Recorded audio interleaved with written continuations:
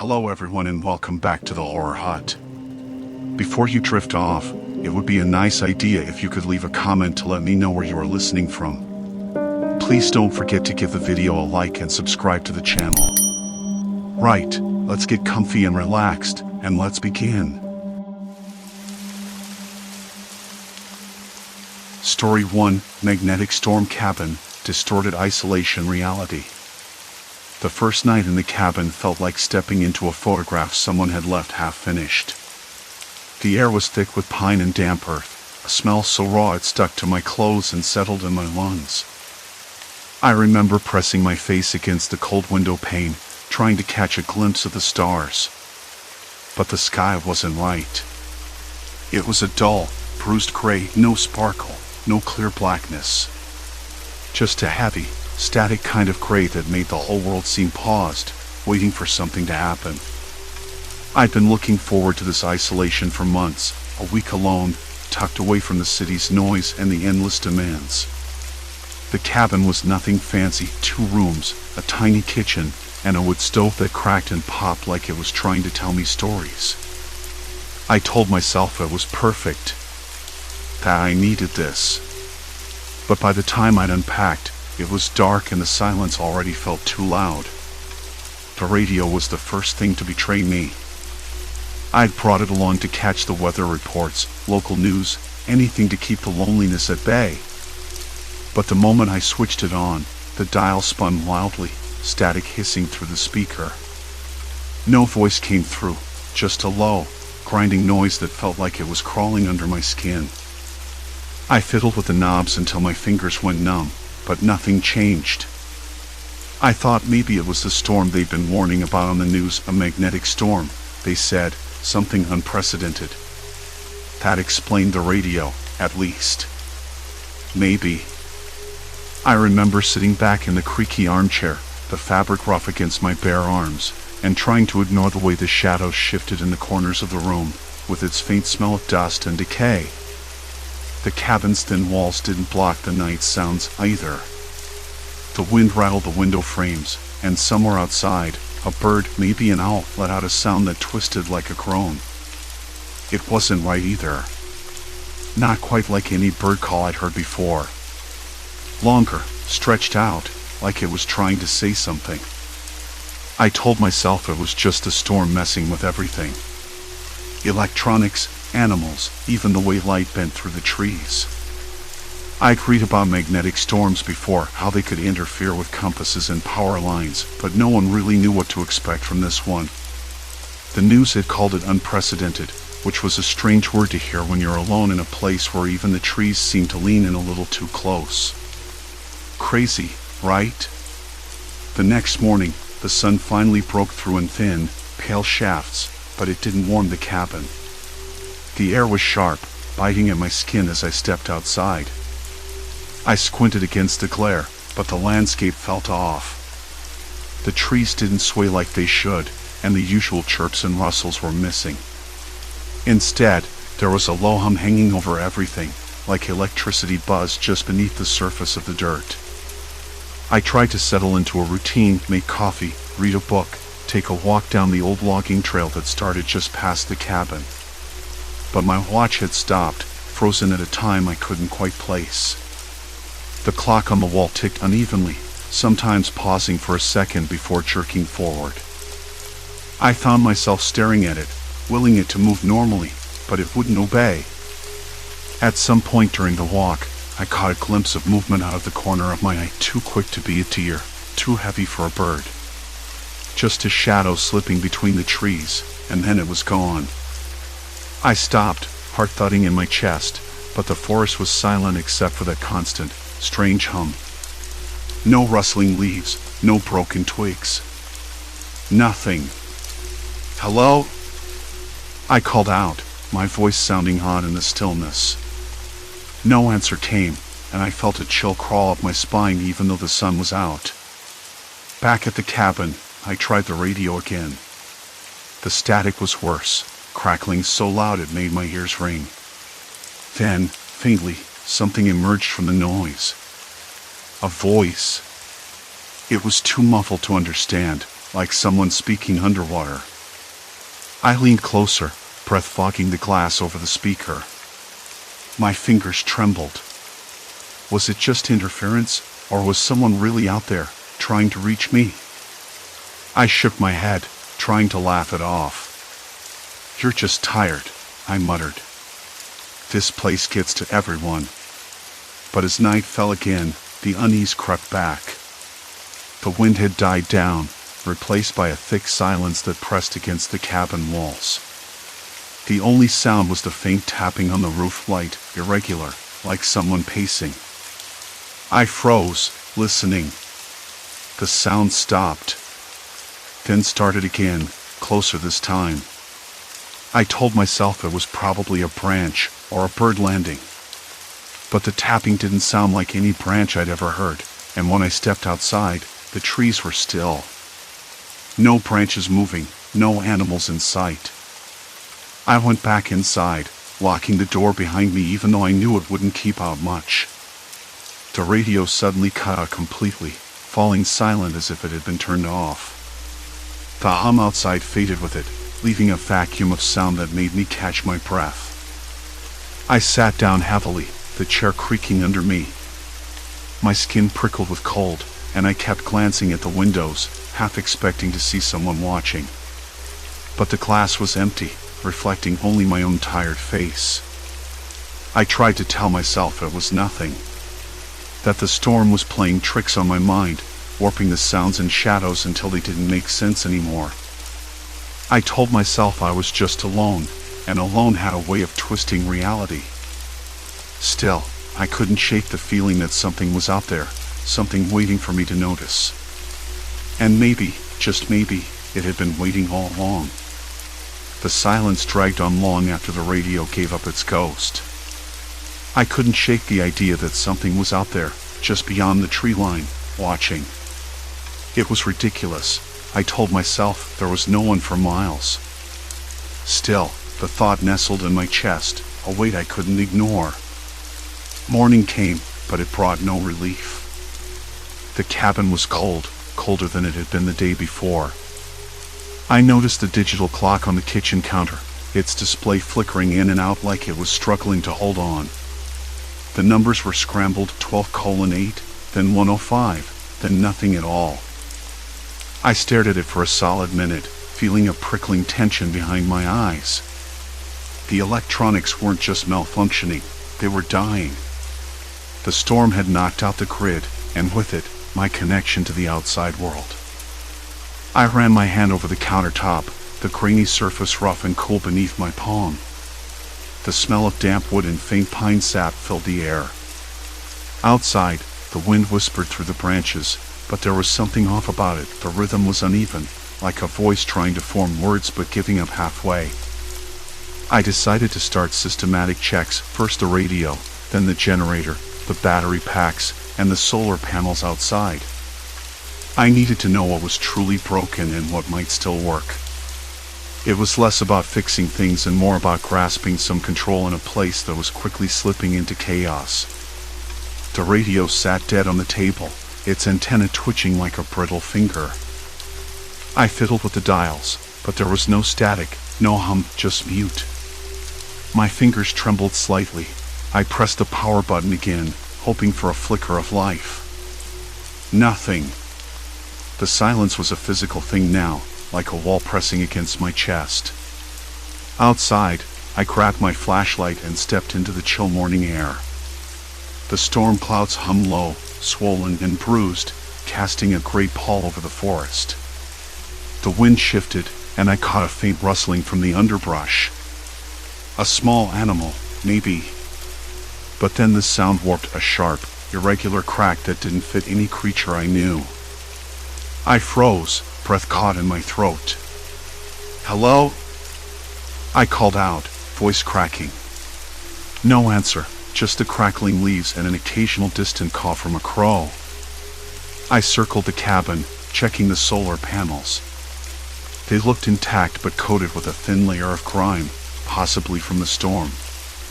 The generator was silent, dead fuel or a deeper malfunction, I couldn't tell yet. I made a mental note to check the fuel supply later. Back inside, I sat down at the kitchen table, the flashlight still in hand. I pulled out my notebook, the pages dog-eared and smudged from use. I had been keeping a log, trying to anchor myself to some reality. The entries were starting to blurt, dates mixed with times, descriptions of sounds, and half-formed theories about what might be going on. I wrote, Day 3. Radio dead. Electronics failing. Wind sounds distorted. Feeling watched. A draft snuck under the door, carrying a faint metallic scent. I wrinkled my nose. It reminded me of the smell after a thunderstorm, but there had been no rain yet. The air was thick with humidity, like something was about to break. The wildlife, or what was left of it, seemed to be retreating. I hadn't seen a bird, a squirrel, or even heard the usual chatter of insects since the radio died. It was as if the forest was holding its breath. I tried the phone again, even though I knew it was useless. No signal. Nothing but dead air. I set it down with a sigh, fingers lingering on the smooth screen. Later, as the day folded into a gray, drizzly afternoon, I noticed something else. Footprints. At first, I thought it was animal tracks, deer, maybe. But they were too large, too deliberate. A boot tread, pressed into the damp earth near the back porch. I crouched, tracing the pattern with a finger. The prints were fresh, the mud still soft. My breath hitched. I hadn't heard anyone approach. No voices, no footsteps on the gravel driveway. I stared at the prints, then at the window, scanning the tree line for movement. Nothing. I closed the curtains, though I knew it didn't make me any less exposed. The cabin felt smaller suddenly, the walls closing in. The storm's pressure was building, and with it, a creeping sense of intrusion. Someone or something had been here while I was inside. I wanted to call out, to shout into the empty woods, but my voice stuck in my throat. What would I even say? I know you're there. Please don't come closer. It sounded absurd. Nightfall came quickly, the dim light swallowed by thick clouds. The power flickered weakly, then died altogether. Darkness settled like a blanket, heavy and suffocating. I lit a candle, the small flame dancing shadows across the wooden walls. The scent of melting wax mixed oddly with the damp pine outside. I sat by the window, eyes straining to catch any sign of movement. The forest was alive with sound again, branches creaking, leaves rustling, but the noises were distorted, as if heard through a cracked speaker. A sudden knock at the door made me jump. My hand shook as I reached out, heart hammering in my chest. Another knock, softer this time, deliberate. Who's there? My voice was barely a whisper. No answer. Just another pause, then a scuffing noise, like something heavy shifting against the porch floor. I pressed my back against the wall, sliding down to the floor. The candle flickered wildly, throwing grotesque shapes onto the ceiling. The knocks came again once, twice, then silence. I didn't move for what felt like an eternity. The storm outside rumbled low, a distant growl that vibrated through the cabin's bones. Eventually, I forced myself up and peeked through the peephole. Nothing. No one. Just the empty porch, slick with rain that hadn't yet fallen. I opened the door cautiously, flashlight in hand. The boot prints continued, leading away into the woods. I followed them a few steps, the beam cutting through the underbrush, but the tracks disappeared abruptly near a cluster of ferns. I stood there, the damp earth cold beneath my boots, and realized I was not as alone as I thought. Back inside, I locked the door again, double-checked every latch. My hands trembled uncontrollably this time, the candlelight catching the sweat on my brow. Who had been watching me? Why hadn't they said anything? And most unsettling, how long had they been out there? The storm was gathering outside, the air thick with electricity and menace. I wasn't sure if I was waiting for it to break or for something else to come through the dark. I sat down, the notebook open in front of me, and wrote one word. Unknown. The candle guttered, its flame clawing at the damp air as the storm outside finally broke loose, hurling rain and wind against the cabin like a furious beast. The prints on the porch haunted me. Whoever had been out there, had they been watching the cabin for hours? Days? The thought twisted in my gut like a cold wire. I kept peering through the peephole, but the night was thick and dark, swallowing the woods whole.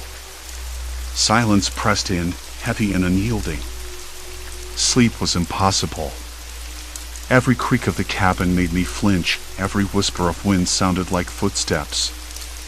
I tried to tell myself it was just a storm, just the house settling, but the doubt gnawed at me.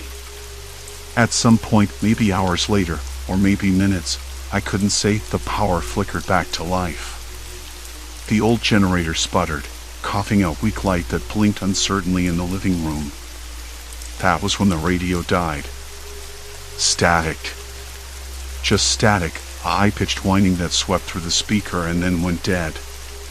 The storm had scrambled every signal. The world outside was gone, cut off like a limb left to rot. I pressed the tuner, twisting the dial slowly, desperate to catch anything, news, voices, a hint of normalcy. Nothing. Just static. I shoved the radio aside, heart hammering. It was the last thread to the outside world slipping away. No help coming. No rescue. Only the storm, the woods, and whoever or whatever was lurking just beyond the porch light. I stared at the window, watching trees bend and thrash under the wind's assault. The rain masked other sounds, or maybe it just hid them better. I couldn't trust my ears anymore. Last night, I thought I heard footsteps. Now, I wasn't sure if it was real or my mind unraveling. I stood and paced, running my fingers along the rough plaster wall, feeling every imperfection.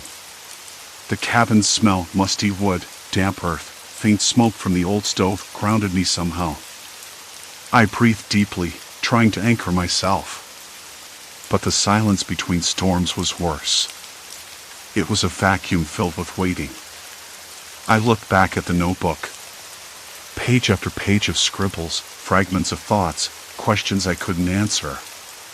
The magnetic storm was warping more than just electronics. It was warping my mind. The next morning arrived with a dull gray light that pressed through the rain-streaked window. I woke shivering, sheets tangled around my legs, the cabin colder than before. The storm hadn't let up, but the radio was dead, the lights flickering. I felt raw, exposed, as if the storm had peeled away layers I didn't know I had. Outside, the boot prints were gone. No sign of the intruder. But that didn't help. If anything, it made the cabin feel emptier, as if someone had slipped away just out of reach. I decided to check the perimeter, pushing my way through the soggy underbrush. The forest smelled different, wet pine, rotting leaves, something else I couldn't place. A faint metallic tang lingered in the air. I followed the direction the footprints had taken, but the ground was churned up, the storm washing away any trail. Near the edge of a small clearing, I found something. A single scrap of fabric caught on a thorn bush. Blew my jacket. But I was certain I hadn't lost it. I jerked it free, fingers trembling. It was torn, soaked through, and smelled faintly of smoke. I held it against my face, breathing in the scent, trying to remember where I'd been earlier. I didn't remember leaving the clearing. The sun dropped behind thick clouds, casting the forest into shadow long before evening. Back at the cabin, I noticed something else, small marks on the kitchen window frame.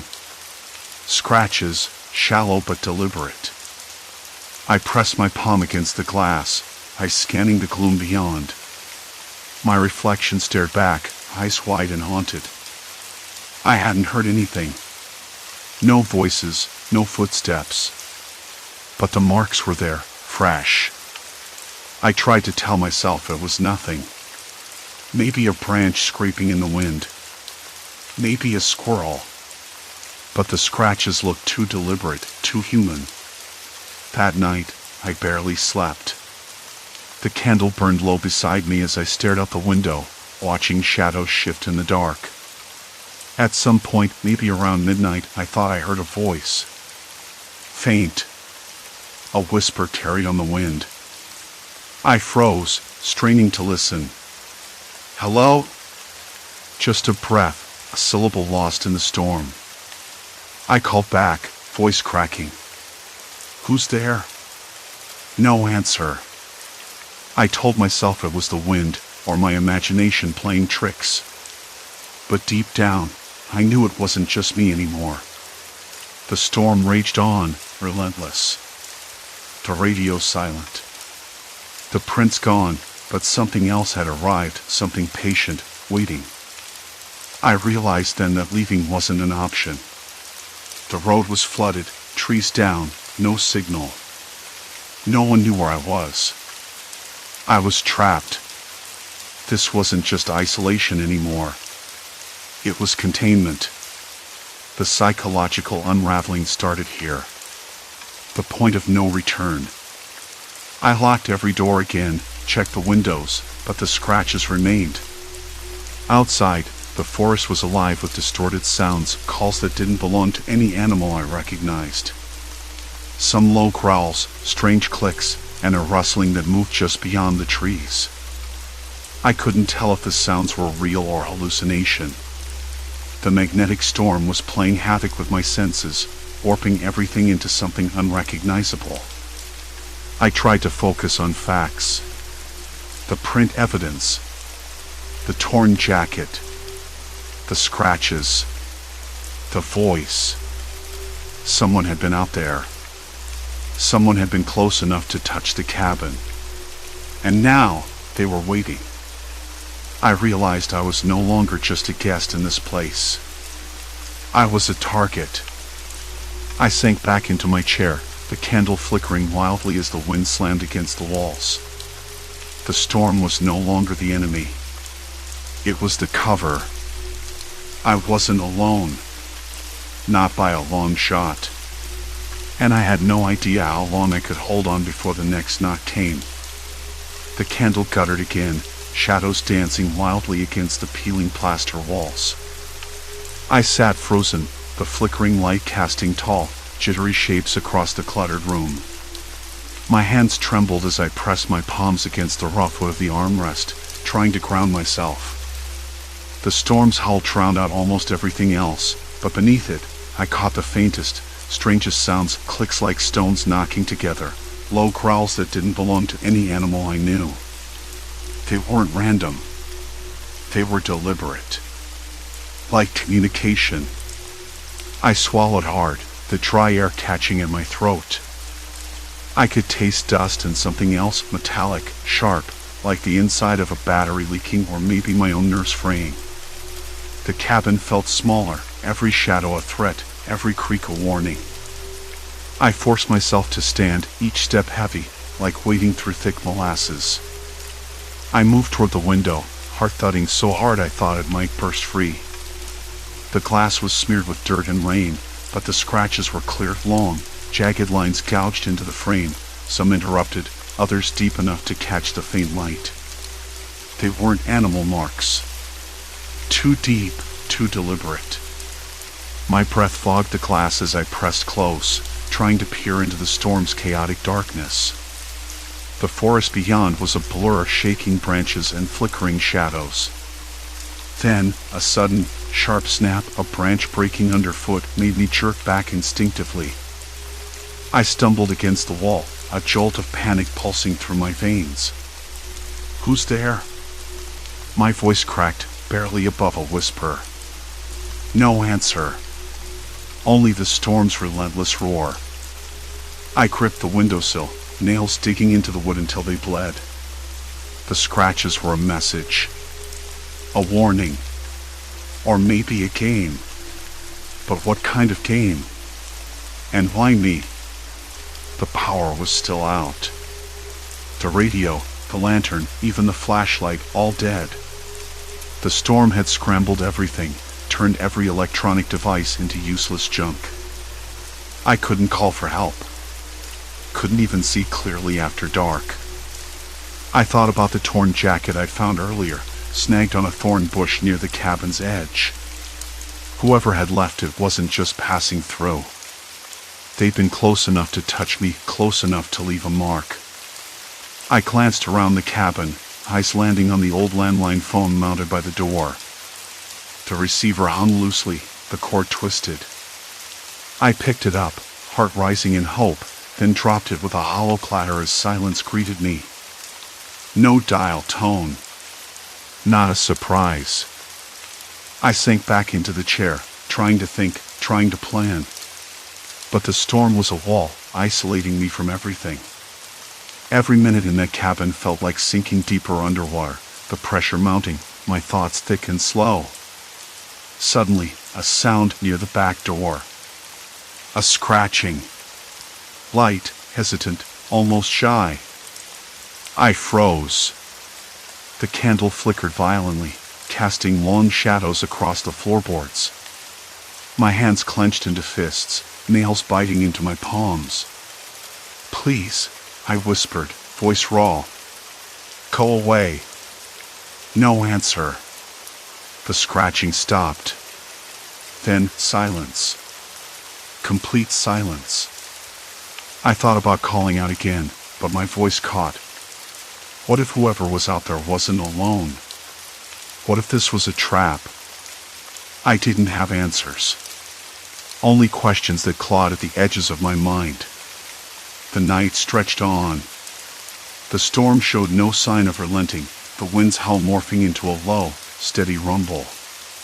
Every so often, I thought I heard footsteps, soft, deliberate, circling the cabin, just beyond the window's reach. Sleep was impossible. I kept the candle burning, watching the shadows like a hawk. At one point, I swear I saw a silhouette, a figure standing just outside the window, too still to be an animal. I blinked, but it remained, a dark shape against the storm's chaos. Then it vanished. I'm not proud to admit it, but I cried. Not loud, not long. Just a quick, sharp release. The kind that leaves you raw and shaking. When dawn finally crept in, pale and hesitant, it brought no relief. The storm had weakened but not ended. The forest was eerily quiet. The distorted animal calls replaced by an unsettling stillness that pressed in on me from all sides. I checked the doors and windows again. Locked. Secured. But the scratches were still there, new ones added overnight, fresh and raw. I knew I needed to leave. To get to safety. To find help. But the forest was a maze of shadows and silence. The storm had turned the land into a trap. As I packed a small bag with what little food and water I had left, I heard it again, a voice. Low, rough, just beyond the tree line. A whisper carried on the wind. My name. It wasn't the storm. It wasn't the animals. It was him. Or them. Someone was out there. Waiting. Watching. And now, there was nowhere to hide. I swallowed hard, heart pounding in my ears as I tightened the straps on my bag. Every instinct screamed at me to run, but the weight of uncertainty rooted me to the spot. The voice came again, clearer this time, tinged with urgency and something darker beneath. I scanned the tree-line, shadows shifting like living things in the fading light. Moving too quickly might give away my position, but standing still was a gamble I wasn't sure I could win. Slowly, I stepped backward, edging toward a narrow path I hadn't noticed before. If I could just reach it, maybe I could disappear into the deeper woods. But the voice followed, carried on the wind like a curse, pulling me closer to whatever waited in the dark. I kept moving backward, the weight of the bag digging into my shoulder, the rough bark of the nearest tree pressing into my palm. I could taste the dry grit in my mouth and feel a bead of sweat trickle down my temple. The temperature had dropped since the sun dipped below the horizon, and the cold seeped into my bones despite the jacket wrapped tight around me. I didn't dare look back. Every instinct screamed to sprint, but the woods around me were a maze of snapping twigs and brittle branches. Noise here would be a beacon. Then, suddenly, the voice stopped. Silence. Complete silence. I pressed my back against a tree, breath shallow, listening. Nothing but the faint hum of the storm's magnetic pulse, low, constant, and unnerving. The storm had knocked out every device hours ago. No radio, no GPS, no phone signal. No way out but the trail I hadn't even noticed until now. I swallowed hard and forced myself to step forward, one cautious foot in front of the other. The narrow path was barely a scar in the undergrowth, but it felt like salvation. Every nerve was taut, my senses sharpened to a razor's edge. I couldn't tell if the rustling was just the wind or something else. My hands trembled as I adjusted the bag again, the straps cutting into my skin. About 20 yards in, I found something unexpected, a small clearing, the moonlight filtering through ragged clouds and dappled branches. In the center, a crumpled blanket, stained and threadbare, lay half covered by leaves. My pulse quickened. Someone had been here. Someone close. I knelt, my fingers brushing over the fabric, cool and damp with dew. Then I heard it, a snap, sharp and deliberate from the edge of the clearing. I froze, every muscle locked, eyes scanning the shadows. A figure emerged slowly, hands raised, not in threat, but in tired surrender. Hey, the voice was rough but not hostile. I'm not here to hurt you. The words hit me like a cold wave. Relief and suspicion tangled inside me. Who are you? I whispered, voice hoarse. He stepped into the moonlight, face weathered, eyes tired but not cruel. Name's Sam. Been out here a while. That storm's got everyone off the grid. I wanted to believe him, but years of living alone in these woods had taught me to trust no one easily. Still, the exhaustion in his voice, the weariness in his stance, it was real. And after days of isolation, the sound of another human voice, steady and calm, was a strange comfort. Why didn't you come to the cabin? I asked. Sam shrugged. Saw the signal fires. Thought better of it. Too risky with things unsettled, you know? People aren't themselves out here. He was right. The storm had done more than shut down electronics. It had frayed nerves, twisted perceptions. I had seen it firsthand, the distorted cries of animals, the flickering lights that weren't there, the creeping sense that I was never truly alone. We talked for a while, voices low, sharing what little we knew. Sam had been scavenging supplies from abandoned campsites, trying to avoid any confrontation. You're lucky, he said quietly. Most folks don't last long without going a bit off. His words stuck with me. I thought about the nights when the trees seemed to lean in, the strange sounds that weren't wildlife, the creeping fear that had taken root deep in my mind. I wasn't crazy, but I was fraying. The storm had done that. We made a plan. Together, we'd wait for the storm to pass, keep watch, and move cautiously toward the nearest ranger station at first light. The technology might be down, but human presence, shared vigilance, was something the storm couldn't touch. The night stretched long. I lay on the cold ground beside Sam's blanket, the rough earth pressing into my cheek. The stars blinked weakly through the clouds, distant and indifferent. I could still hear the faint crackle of the storm's electromagnetic pulse, a persistent hum in my ears. Sleep came fitfully. Dreams tangled with memories of the cabin, the voice in the dark, the shadowy figure watching from the trees. I woke with a dry mouth, a pounding head, the taste of fear lingering like old smoke. Morning came slow and gray. We moved quietly, shadows among shadows, careful not to make noise. The forest seemed different in daylight, less menacing, but still watchful. I felt the weight of every step, every breath, as if the woods themselves remembered the night's terrors. We reached the ranger station just as the sun broke through the clouds. The building was battered but standing, a beacon of normalcy amid the chaos. Inside, we found a small cache of supplies, a working radio crackling weakly to life.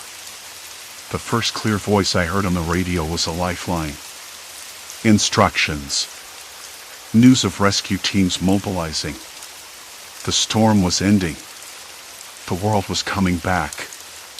Standing there, listening to the steady chatter, I realized how much had changed. The cabin, the isolation, it had altered me. I wasn't the same person who'd arrived weeks ago, seeking solitude and refuge. The storm had stripped away my certainty, my control. It had shown me the limits of self-reliance, the fragile line between vigilance and paranoia. Sam looked at me then, tired but steady. You holding up? I nodded, though my voice caught. I think so. He smiled faintly. Good. We're almost out. As we waited for help to arrive, I stepped outside, breathing in the crisp air. The forest was silent again, but the weight of what I'd endured clung to me like a second skin. I traced the rough bark of a tree with my fingers, grounding myself in the real, the tangible. The storm had passed. The threat was gone. But its echoes would stay with me long after the last flicker of electricity returned. The quiet moments when the wind whispered too sharply. The feeling of eyes watching from just beyond the trees. The knowledge that solitude, once a refuge, could become a trap. I wasn't sure I'd ever be the same. Maybe that was the point. Maybe survival meant carrying these scars, these memories, as reminders not just of what I'd lost, but of what I'd found. Strength. Fragility. The thin, trembling line between fear and hope. And, above all, the truth that in the deepest darkness, the greatest danger wasn't the storm itself, but the people waiting in its shadow. Story 2, Unseen Sister, the imposter among us. The moment the bus rolled to a stop outside our old house, I noticed the way the sky had dimmed, a heavy gray that sucked the color from everything. I glanced up at the porch. The paint was peeling, the wood groaned under the breeze, and the screen door hung a little crooked. I'd left in a rush years ago, chasing a life that promised something else. Now, with my sister back, I wasn't sure what to expect. I'd spent so long imagining how this reunion would go, laughing, catching up over cups of coffee, maybe even revisiting old haunts. But the way the air pressed down, the silence stretched between every sound, told me this wasn't going to be that simple. Inside, the house held its breath. Shadows pulled in corners, wrapping around the furniture like forgotten memories. I ran a hand over the rough plaster wall. It felt cool and gritty, a sharp contrast to the warmth of the summer sun outside. There was the faint, persistent creak of the floorboards beneath me, and somewhere distant, a dog barked twice before falling silent. The kitchen smelled faintly of stale bread and something I couldn't place, maybe the faint trace of mothballs mixed with old wood. I heard the front door open. My stomach tightened. Emma? I called, my voice sounding too loud in the quiet. No answer. The hallway light flickered overhead, forcing me to squint. Then, footsteps. Soft, deliberate. Closer. When she appeared, standing just inside the doorway, it was like looking at a photograph that had been smudged. She was thinner, yes, and the lines around her eyes had deepened, but it was her eyes that unsettled me most. They were the same green, but they didn't hold the warmth I remembered. Instead, There was something sharp in them, like she was testing me, or maybe herself. "I'm here," she said, voice steady but faintly unfamiliar. "I thought you'd be further along." I nodded, swallowing the lump in my throat.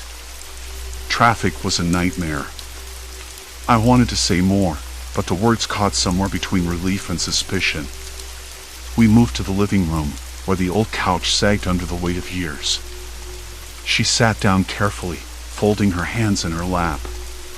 "It's strange," she said, picking at a loose thread on the cushion. "I don't remember the house smelling like this." I blinked. "What do you mean?" "It's been the same. You were here last summer for the funeral." She shook her head, and for a moment, her eyes darted away, like she was searching for something else. "No. I think you're mixing things up. I haven't been here in years, not since we were kids." Her tone wasn't accusatory, more like a quiet correction. "We didn't spend summers here. We were at Aunt Marge's all the time." I frowned, a cold pinch knotting in my chest. "That's not right. We always came here when Mom was working." "You hated Aunt Marge's place, remember the broken swing? You fell off and broke your arm." She looked at me then, eyes narrowing slightly. "I don't recall that. Maybe you're thinking of someone else." Her voice held a strange edge, not quite dismissive but not entirely open either. The room seemed to shrink around me. The ticking of the old clock on the mantel grew louder, each second hammering at the space between us. I couldn't tell if this was exhaustion, or if something deeper had shifted while I wasn't looking. I cleared my throat. "Maybe it's just been so long. You've changed a lot." She laughed softly, but it didn't reach her eyes. "Yeah, I guess I have."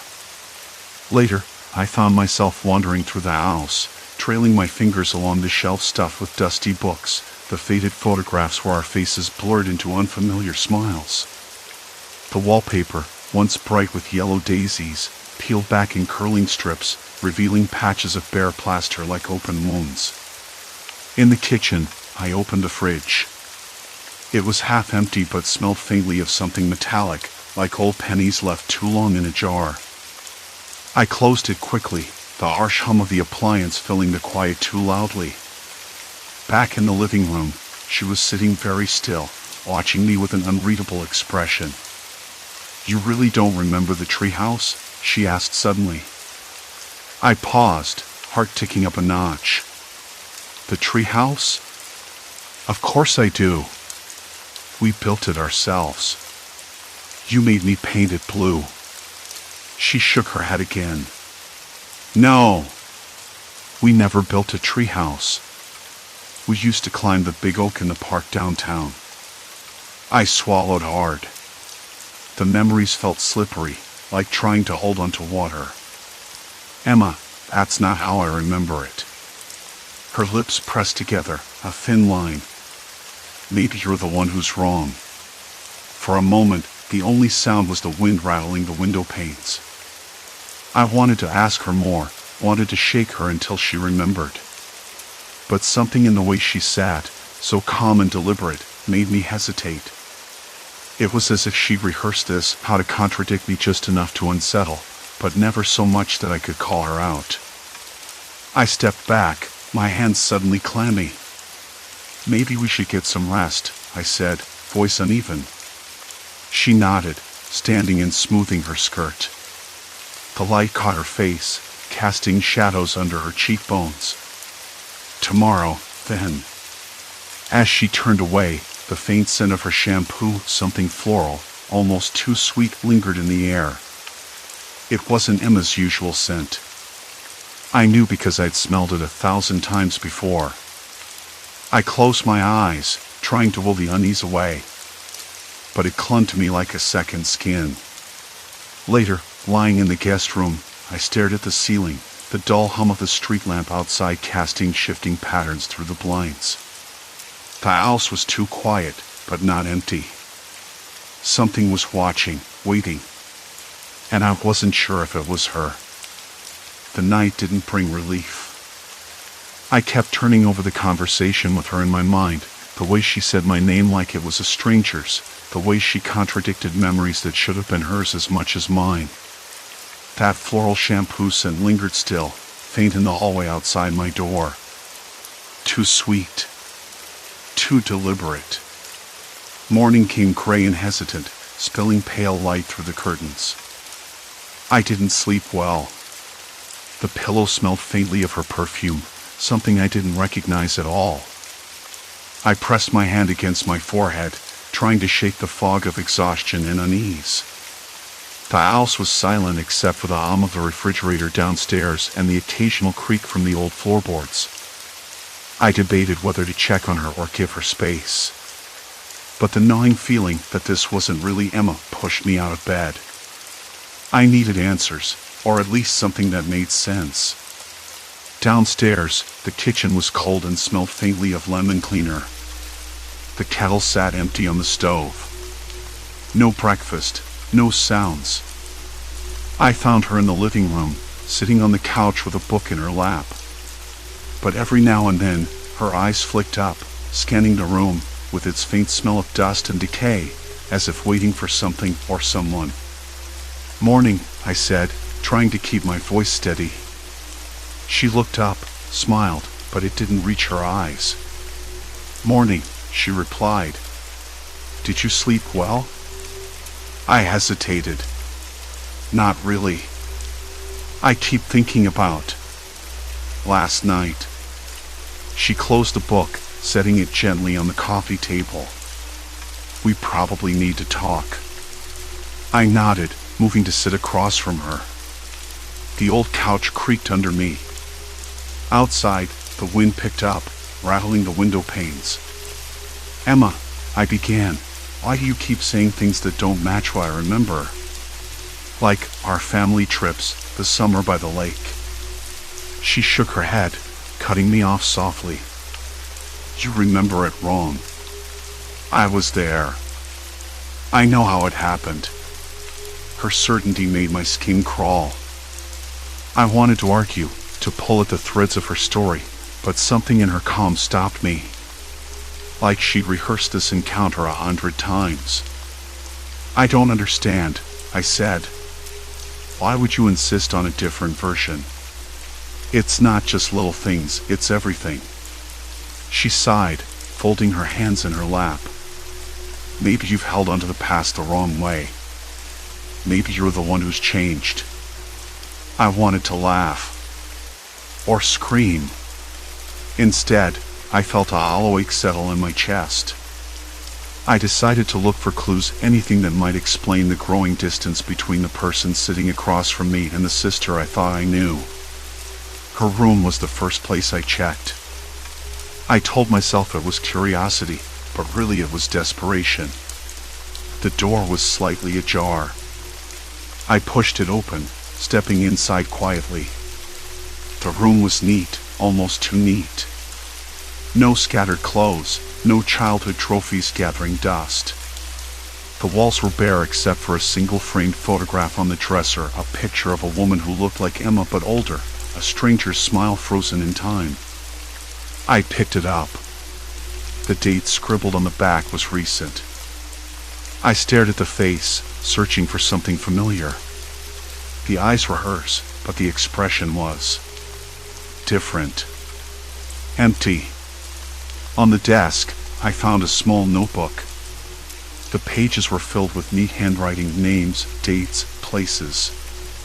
But the entries weren't the kind of personal notes you'd expect. They read like a report, a careful log of someone's habits and history. There were references to conversations, mannerisms, favorite foods.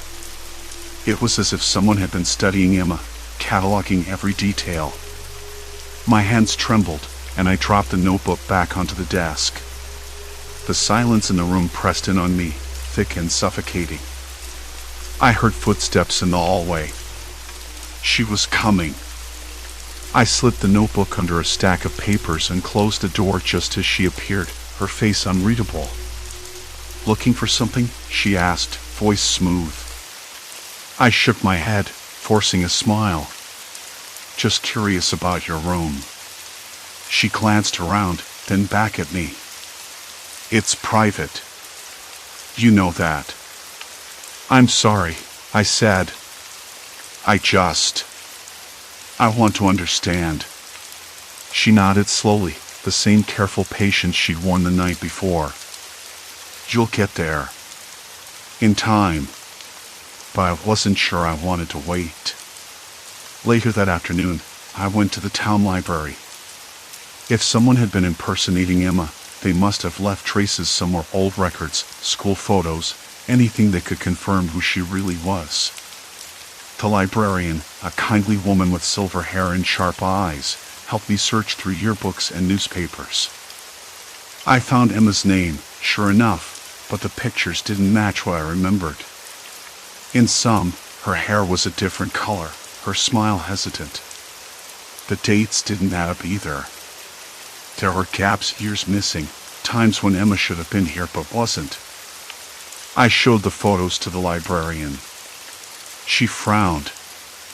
Maybe there's a mistake.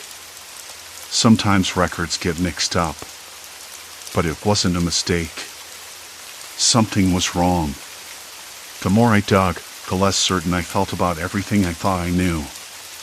Back at the house, that evening, I confronted her again. Who are you? I asked, voice barely above a whisper. She looked at me with those same eyes, calm, controlled. I'm your sister. No, I said, shaking my head. You're not. You don't know things you should. You remember things wrong. She stood and walked toward the window, pulling back the curtain to let the dying light spill in. Maybe you're the one who's lost. The room felt colder. I could hear the distant rumble of thunder, the first warning of a storm. I wanted to believe her. I wanted to hold on to the sister I'd waited for. But the shadows in her eyes told me something else. Something I wasn't ready to face. That night, I lay awake again, the notebook hidden beneath my mattress. I flipped through its pages one more time, tracing the lines of handwriting, the careful observations. If this was a study, a game, or something darker, I had to find out before it was too late. Outside, the rain began to fall, soft at first, then harder, drumming against the roof like a warning. And somewhere in the house, the person pretending to be my sister waited. Watching. Planning. I closed my eyes, but the unease wouldn't fade. This wasn't just about memories anymore. It was about survival.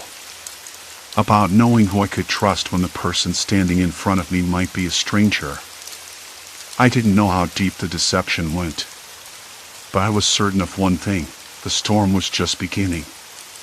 The rain hammered against the windows like a relentless drum, the kind of sound that presses into your chest and doesn't let go. Morning came in slow, gray waves.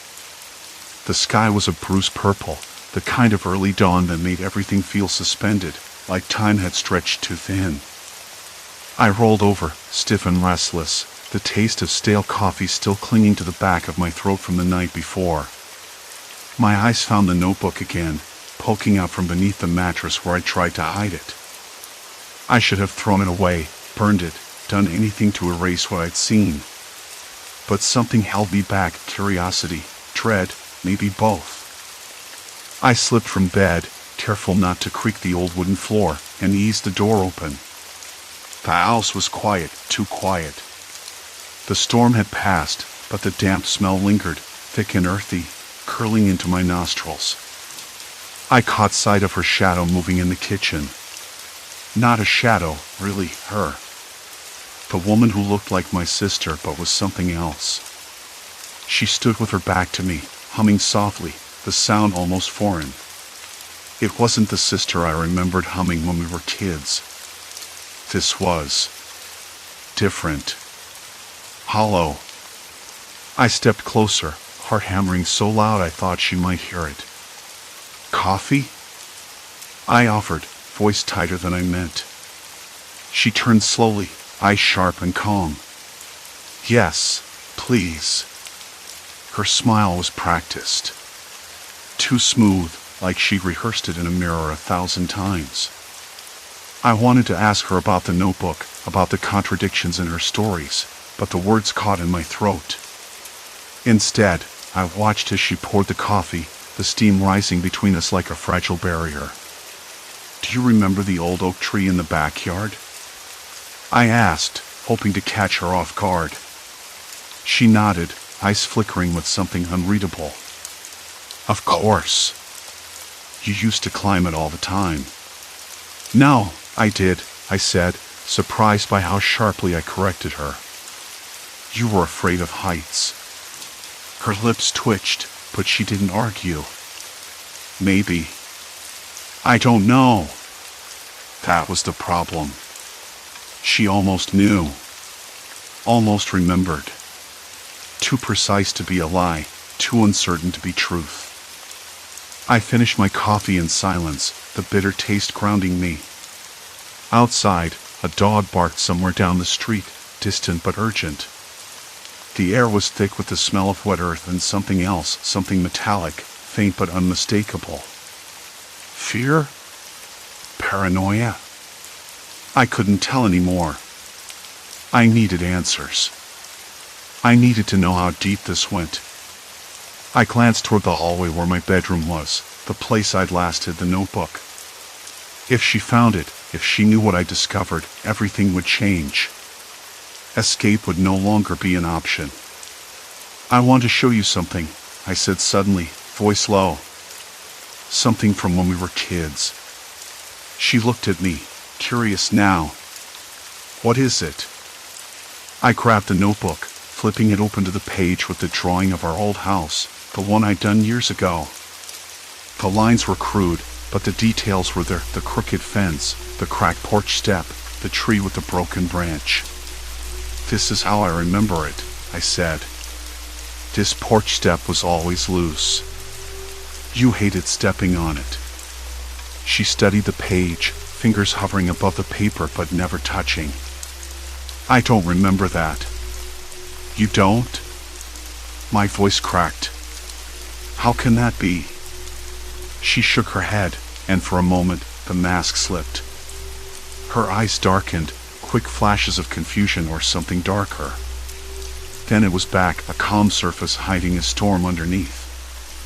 I think you're remembering wrong, she said softly. No, that wasn't possible. I had to be right. We had to have the same memories, the same past. Otherwise, what was this? What was she? The phone rang, shrill and sudden, cutting through the tension like an item. I jumped, knocking the notebook to the floor. It landed face down, but I didn't care. The sound was enough to break the moment. She reached for the phone, but hesitated. I'm not expecting anyone, she murmured. I watched her, every movement scrutinized. She picked up the receiver, voice polite but guarded. Hello? I couldn't make out the other side, but she listened, eyes narrowing. After a moment, she said, I understand. Yes, I'll be here. She hung up, and the silence returned, heavier than before. Who was that? I asked. She avoided my gaze. Just someone checking in. That didn't satisfy me. It never would. I sat back down, rubbing my temples. The house felt colder now. The air, once thick with rain, was stale, tinged with something metallic again. The scent made my stomach twist. I realized then that I was trapped. Not physically, at least, not yet. But trapped in a web I didn't understand, woven by the person who was supposed to be my sister. The person who knew just enough to keep me off balance, who could rewrite history one memory at a time. I wanted to leave. I should have. But the storm outside wasn't the only thing brewing. Inside, I was running out of time. And the person in my sister's place was waiting, watching. planning the next move. I glanced toward the window. Lightning cracked, and for a split second, I thought I saw a figure standing just beyond the glass. Not quite human, not quite her. Or maybe just a trick of the storm. I swallowed hard. This wasn't going to end well. Not unless I played their game. But how do you play when you don't even know the rules?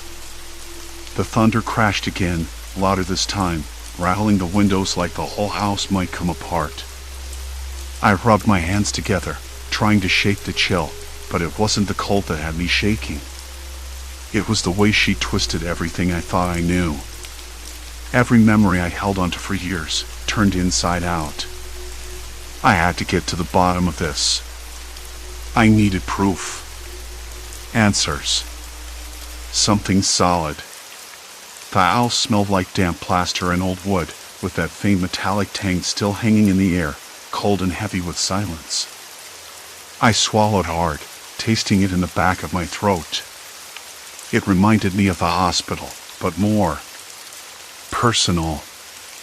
Like something someone had been hiding here. I stood up, my legs unsteady as if I'd been sitting too long. The floor creaked underfoot, the sound loud in the quiet. I moved toward the hallway, eyes darting to every shadow. The storm was a distant roar now, muffled but persistent, like a threat just outside the walls. She was in the kitchen when I found her.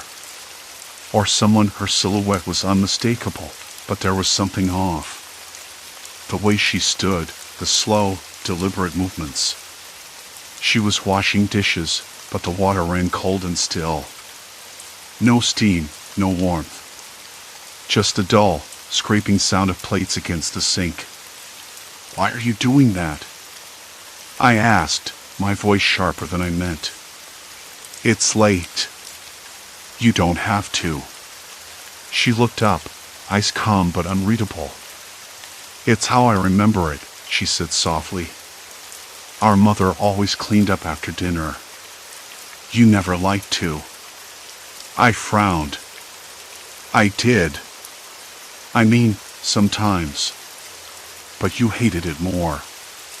"No," she insisted. "You hated it." "I did it because I cared." I swallowed again, the metal taste creeping back. She said it like she believed it. Like she knew me better than I knew myself. But I wasn't sure if that was comforting or terrifying. I stepped closer, the floor cool beneath my bare feet. "Tell me again about the treehouse." Her eyes flicked away for a moment, then back. "You never wanted to build one." "I did it alone." "No," I said, shaking my head. "We built it together. Dad helped too. You remember the blue paint? It chipped after the first rain." She smiled, but it didn't reach her eyes. I remember it differently. I clenched my fists. "Why are you doing this? Why change everything?" She dried her hands on a towel, folding it slowly. "Because it matters. Because who I was then isn't who I am now. And maybe you don't want to remember the truth." The words hit me like a slap. I staggered back, breathing uneven. The truth. What truth? Did she even know what that meant anymore? Or was she just playing a part, a role she rehearsed until it felt real? I turned away, my mind spinning. The hallway behind me felt darker, the shadows stretching longer. I could hear the drip of water from somewhere, maybe the bathroom. Or the basement. The house sounded different now, like it was closing in. I needed air. Outside, the storm had softened to a steady drizzle. I slipped through the front door, the night cold and sharp. The wet grass soaked through my shoes, the mud sticky between my toes. I looked back up at the house. The windows were dark, but I could swear I saw a flicker of movement, something watching. The street was empty, save for the occasional bark of a dog in the distance. The smell of rain on asphalt filled my lungs, but it didn't calm me. I paced the porch, the wooden boards creaking underfoot, wondering if I'd lost my grip on reality or if the person inside was someone else entirely. Back inside, the silence was different. It felt deliberate, like a held breath. I moved toward the stairs, each step a small protest from the old wood. Upstairs, the rooms were colder, the air heavier. I stopped outside the bedroom door she claimed was hers. The paint on the frame was chipped, the wallpaper peeling in corners. I pushed the door open slowly. Inside, the room was tidy but sterile. No photos on the walls, no signs of a life lived here. Just a bed, a dresser, and a small desk with a single notebook lying open. The pages were filled with neat handwriting, my sister's handwriting. Or something so close it made my stomach twist. I flipped through the pages. Lists of memories, dates, names. Everything she should remember, everything she claimed was hers. But some entries didn't match. Some dates were off by years. Events that never happened. Places we never visited. A low creak behind me made me spin around. The door was shut. Locked. I hadn't closed it. My breath caught. The room felt smaller now, walls pressing in. The notebook slipped from my fingers, landing with a soft thud on the floor. The silence returned, thick and suffocating. Then, a voice. Not hers. A whisper, barely audible. You're not supposed to see that. I whipped around. No one there. Just shadows pooling in the corners, the dull hum of the storm outside. I wanted to run.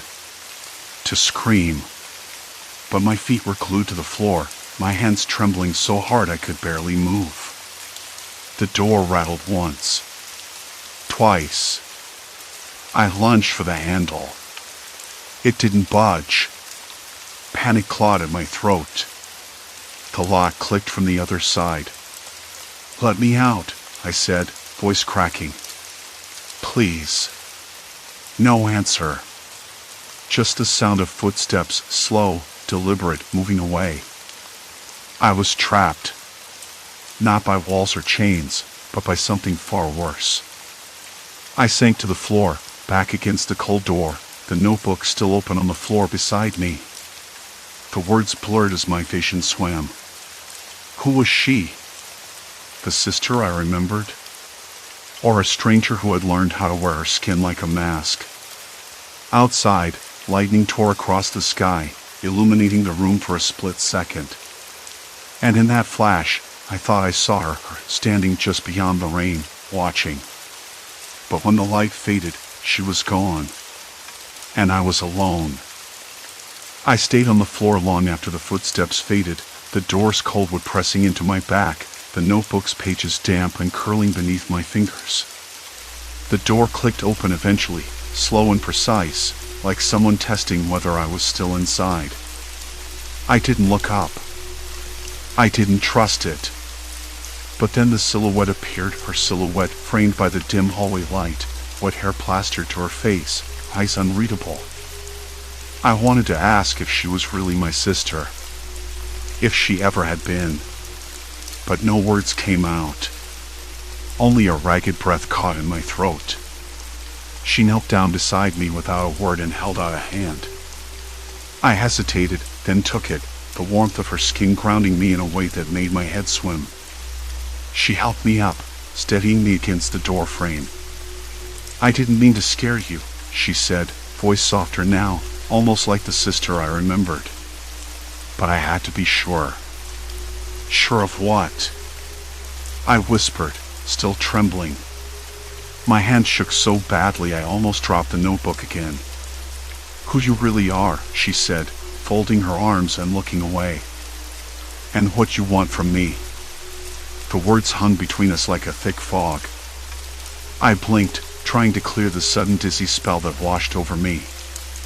I just want to understand, I said. To know what happened to us. She nodded, but the tension didn't leave her shoulders. I remember things differently, she said carefully. Maybe not everything, but enough to know some of your memories aren't mine.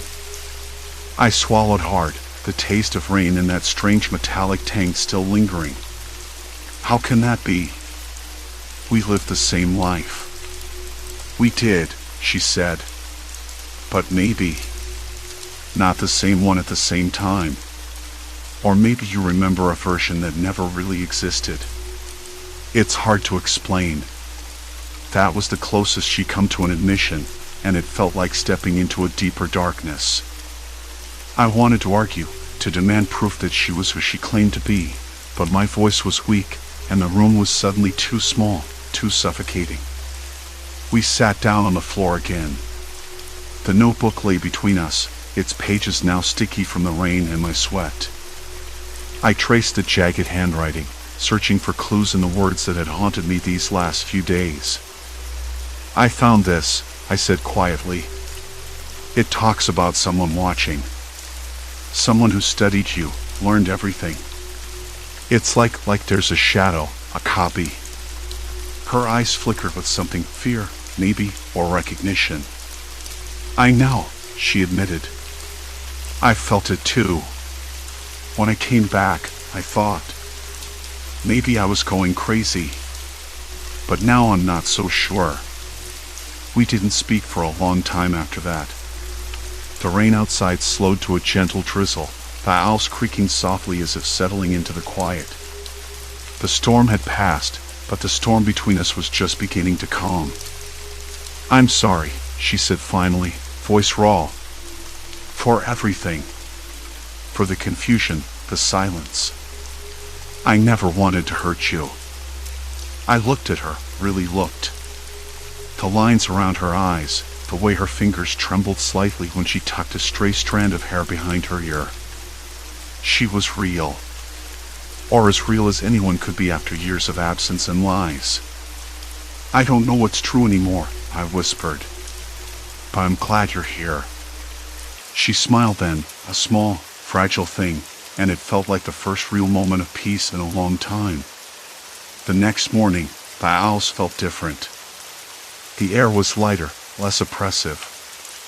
I woke with the sun filtering through the curtains, dust motes dancing in the warm light. For a moment, I almost believed things could go back to normal. But then I remembered the notebook, the footsteps, the locked door, and the way she'd looked at me last night, like she was carrying a secret I might never fully understand. We spent the day talking. Really talking. About memories that didn't match, about childhood stories told from two different perspectives. About the gaps in our past and the strange feeling that someone or something had been watching us both from the shadows all along. There was no final answer. No neat resolution. Just fragments stitched together with half-truths and lingering doubt. But in those conversations, I found something I hadn't expected, a fragile trust, a tentative connection that felt like the first step toward healing. She stayed for a week. We walked through old neighborhoods, traced the paths we used to take, revisited places that felt both familiar and foreign. Sometimes she hesitated, staring at a corner of a park or a cracked sidewalk, as if trying to recall a memory that refused to surface. I watched her closely, noticing the little things, the way her smile faltered when a certain song played, the way her fingers absent-mindedly traced the spine of the notebook she'd managed to salvage. It was clear she was struggling too, caught between who she was and who she was supposed to be. One evening, we sat on the porch steps, the air, cold and heavy with silence cooling around us. The sky was painted with bruised purples and golds, the distant hum of the city a soft backdrop. Do you think I'm really your sister? She asked quietly. I thought about it. About the years apart, the mismatched memories, the eerie feeling that someone had tried to replace her. About the person sitting beside me, vulnerable and real, even if she was a stranger in some ways. I don't know, I said honestly. Maybe it doesn't matter. Maybe what matters is here. I tapped my chest. This is where you belong." She nodded, a tear slipping down her cheek. I want to believe that. And for once, I did too. But even as we sat there, the past wasn't done with us. I caught a glimpse of something in the shadows beyond the porch light, an echo of those footsteps, a flicker of movement too quick to be certain. The unknown threat hadn't vanished. It had simply retreated, waiting. I knew the story wasn't over. Not really. But I was ready to face it. Together. Story 3, Timeless Transit. Ghostly passengers await.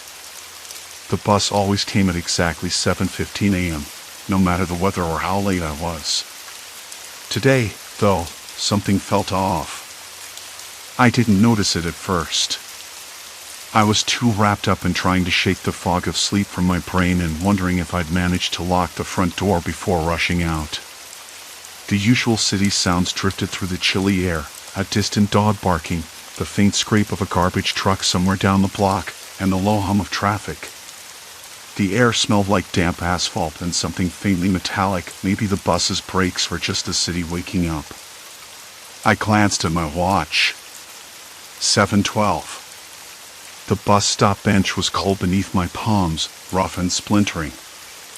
I rubbed at it absently, trying to focus. Something was wrong, but I couldn't put my finger on what. Maybe it was the way the light flickered from the street lamp overhead, faint, like it was struggling, or maybe it was just the early morning chill making me jittery. I shivered. Then the bus pulled up, just like it always did.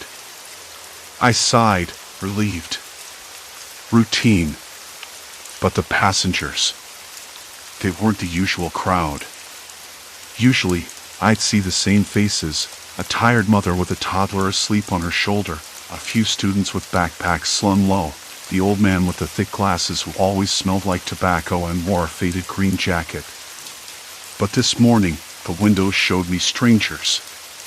Men and women dressed like they'd stepped out of a black and white photograph. A woman in a floral dress and gloves, clutching a handbag that looked decades too old-fashioned. A man in a suit with wide lapels and a hat tilted at a jaunty angle. Another woman, her hair pinned up with a careless touch, staring blankly out the window. None of them looked at me or each other. Their faces were pale, almost too smooth, like wax figures frozen in time. I blinked and rubbed my eyes. No, I wasn't imagining things. The bus door hissed open. "Morning," I said, stepping closer, but my voice felt hollow. The driver glanced at me, his tired eyes flicking past me like I wasn't there. I hesitated. They didn't move. The passengers stayed perfectly still, as if the bus was frozen in place. Then I noticed the smell. Not the usual city air. A faint trace of something old, dust, must, and something else I couldn't identify. Smell is weird like that. It can catch you off guard, bring back memories you didn't know you had. The scent made my stomach twist. "Excuse me?" I said louder. "Are you all right?" Still no response. The bus idled, the engine humming quietly, but the world around me felt quieter. Even the distant dog had stopped barking. I glanced down the street. No other buses. No cars. Just the fading glow of streetlights and the first weak beams of dawn. I tapped on the glass. The woman in the floral dress turned her head slowly. Her eyes locked on mine. Not with recognition, but like she was seeing something she couldn't explain. Her lips parted, but no words came out. I stepped back. Something about her face, it was familiar, but I couldn't place it. Like a photo from a family album long forgotten. The man in the suit shifted, just slightly. His gaze was blank but intent, as if he was waiting for something to happen. Waiting for something that would never come. I swallowed hard and checked my watch again. 7:17. The bus should have left by now. "Hey," I said, louder this time. "Can someone tell me what's going on?" No answer.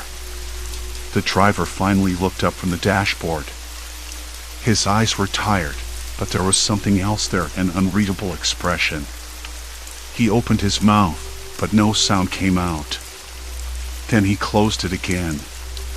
My pulse quickened. My hands trembled, though I didn't want them to. I looked around, searching for another face, a sign of life, but the street was empty. The bus stop sign creaked in the wind. I thought about turning away, running home, locking myself inside. But I was rooted to the spot.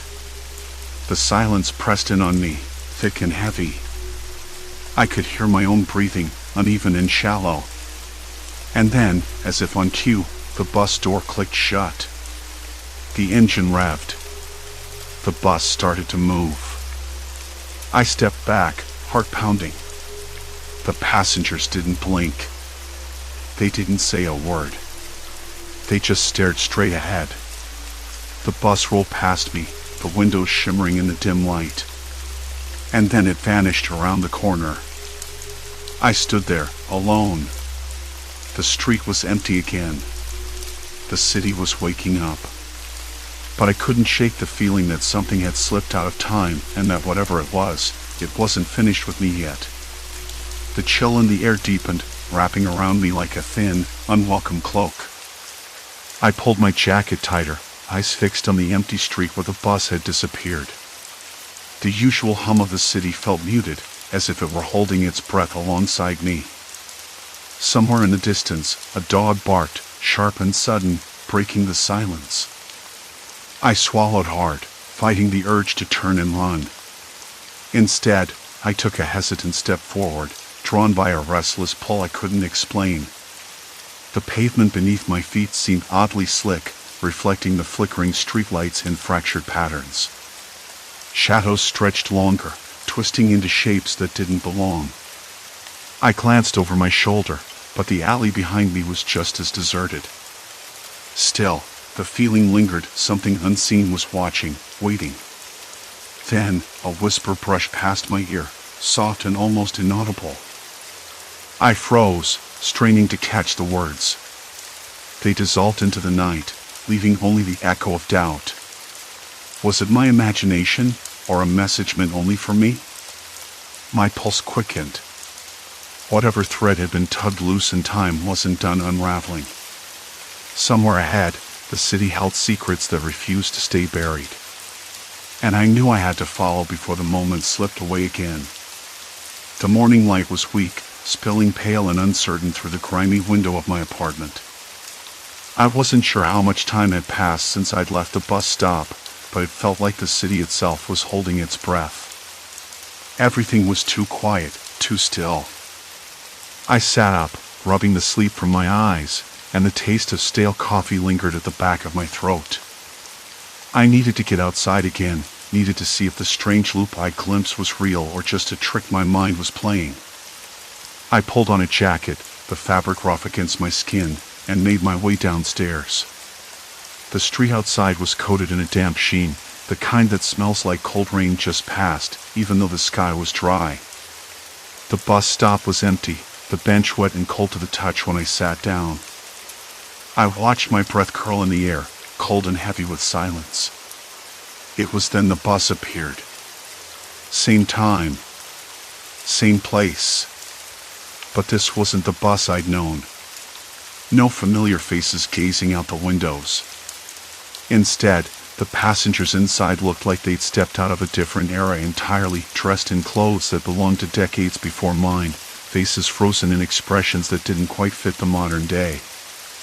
I counted 8 people, maybe 9. None of them noticed me, or even looked like they realized they were on a bus. I stood from the bench, heart jittering in my chest. I had to know. I had to get closer. The doors hissed open, and I stepped forward.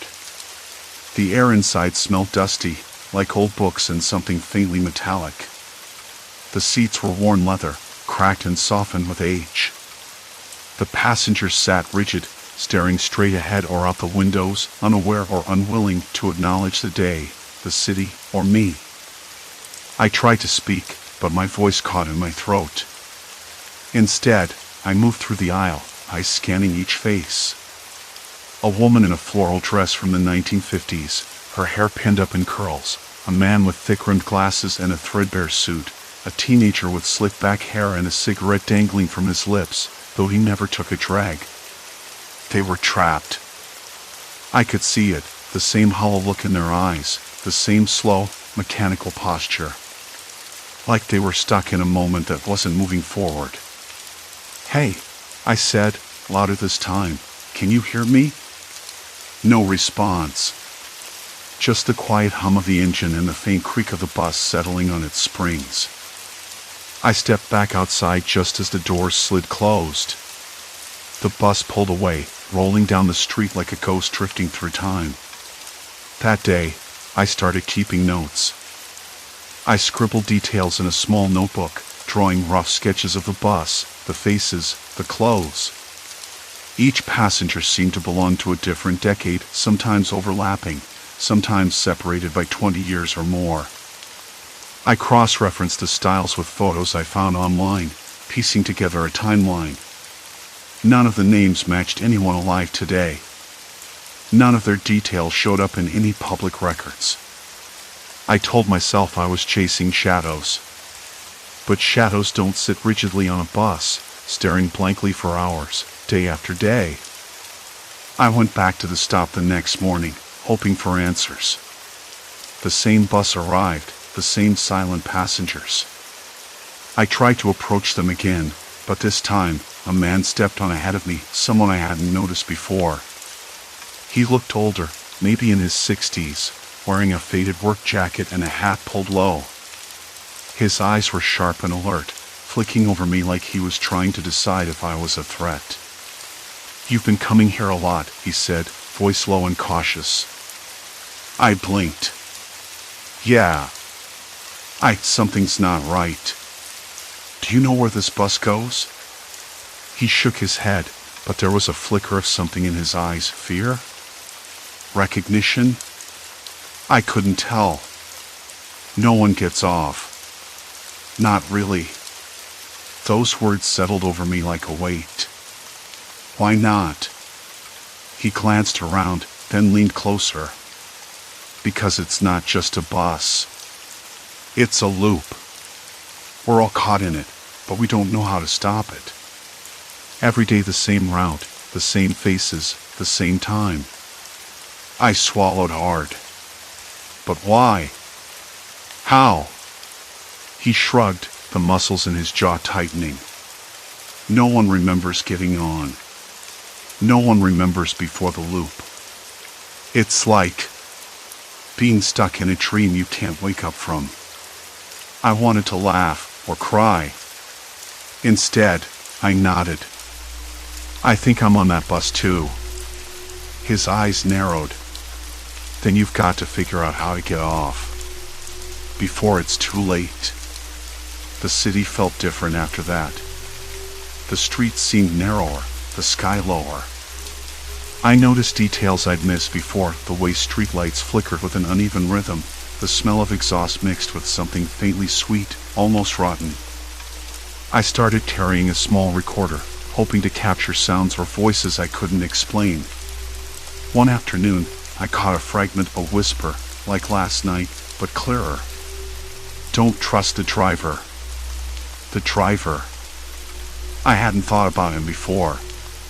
The bus driver was always the same, a man who looked tired but never spoke more than a few words. I watched him closely now, his hands steady on the wheel, his eyes fixed on the road ahead. Sometimes, I caught him glancing in the mirror with something cold behind his gaze. I tried to talk to the other passengers about it, but they either ignored me or gave vague answers. The woman in the floral dress told me once, "He's part of it. Part of why we can't leave." But when I asked what that meant, she only shook her head and stared out the window. I felt the weight pressing down on me, like I was sinking into their world, losing track of my own time. The bus wasn't just a vehicle, it was a prison. And the driver was the guard. That evening, I met with the man again, the older one who'd warned me. We sat on a bench near the stop, the sun slipping behind the buildings, casting long shadows over cracked pavement. I've been trying to find a weakness, I admitted, voice low. Something to break the cycle. He nodded slowly. They say the loop started after an accident. A crash years ago. Maybe if we find the moment, if we find the cause, we can unravel it. I frowned. But there's no record of this accident. No news, no police reports. It's like it never happened. That's the problem, he said. History gets rewritten when you're stuck like this. Memories fade or get replaced. We live in a bubble, but the city moves on without us. The air cooled rapidly, and I shivered despite my jacket. I looked around, suddenly aware of how empty the streets had become. The distant hum of traffic was gone, replaced by an unsettling silence. Have you tried talking to the driver? I asked. He hesitated. Once. He doesn't answer questions. Just stares. Like he's waiting for something or someone. I swallowed, thinking of the coldness in that man's eyes. Before I left, the man reached into his pocket and pulled out a crumpled photograph, edges yellowed and torn. He handed it to me. Look closely, he said. This is everyone on the bus at the start of the loop. I studied the faded image. There they were, all of them, the woman in the floral dress, the teenager, the man with glasses. But in the center stood a younger version of the driver, smiling in a way that didn't reach his eyes. A chill ran down my spine. Why show me this now? I asked. Because, he said, voice barely above a whisper, you're the first to see it in years. Maybe you're the one who... I stood on the cracked pavement, the cold settling into my bones like it wanted to stay. The streetlights hummed faintly overhead, flickering as if uncertain about their own purpose. Silence pressed in from every direction. The bus driver's blank stare kept looping in my mind, waiting, watching, unmoving. I rubbed my arms, trying to shake the dread that was creeping in. We need to accept something, he said quietly, stepping closer, his breath visible in the suddenly colder air. We're not just stuck. We're caught. There's no leaving, no matter how far we run. I wanted to argue. Wanted to say there had to be a way out. But the emptiness of the streets, the absence of any sign that life outside this loop continued, gnawed at me. I swallowed hard, the metallic taste of panic rising in my throat. Caught how? What are we even dealing with? I asked, voice uneven.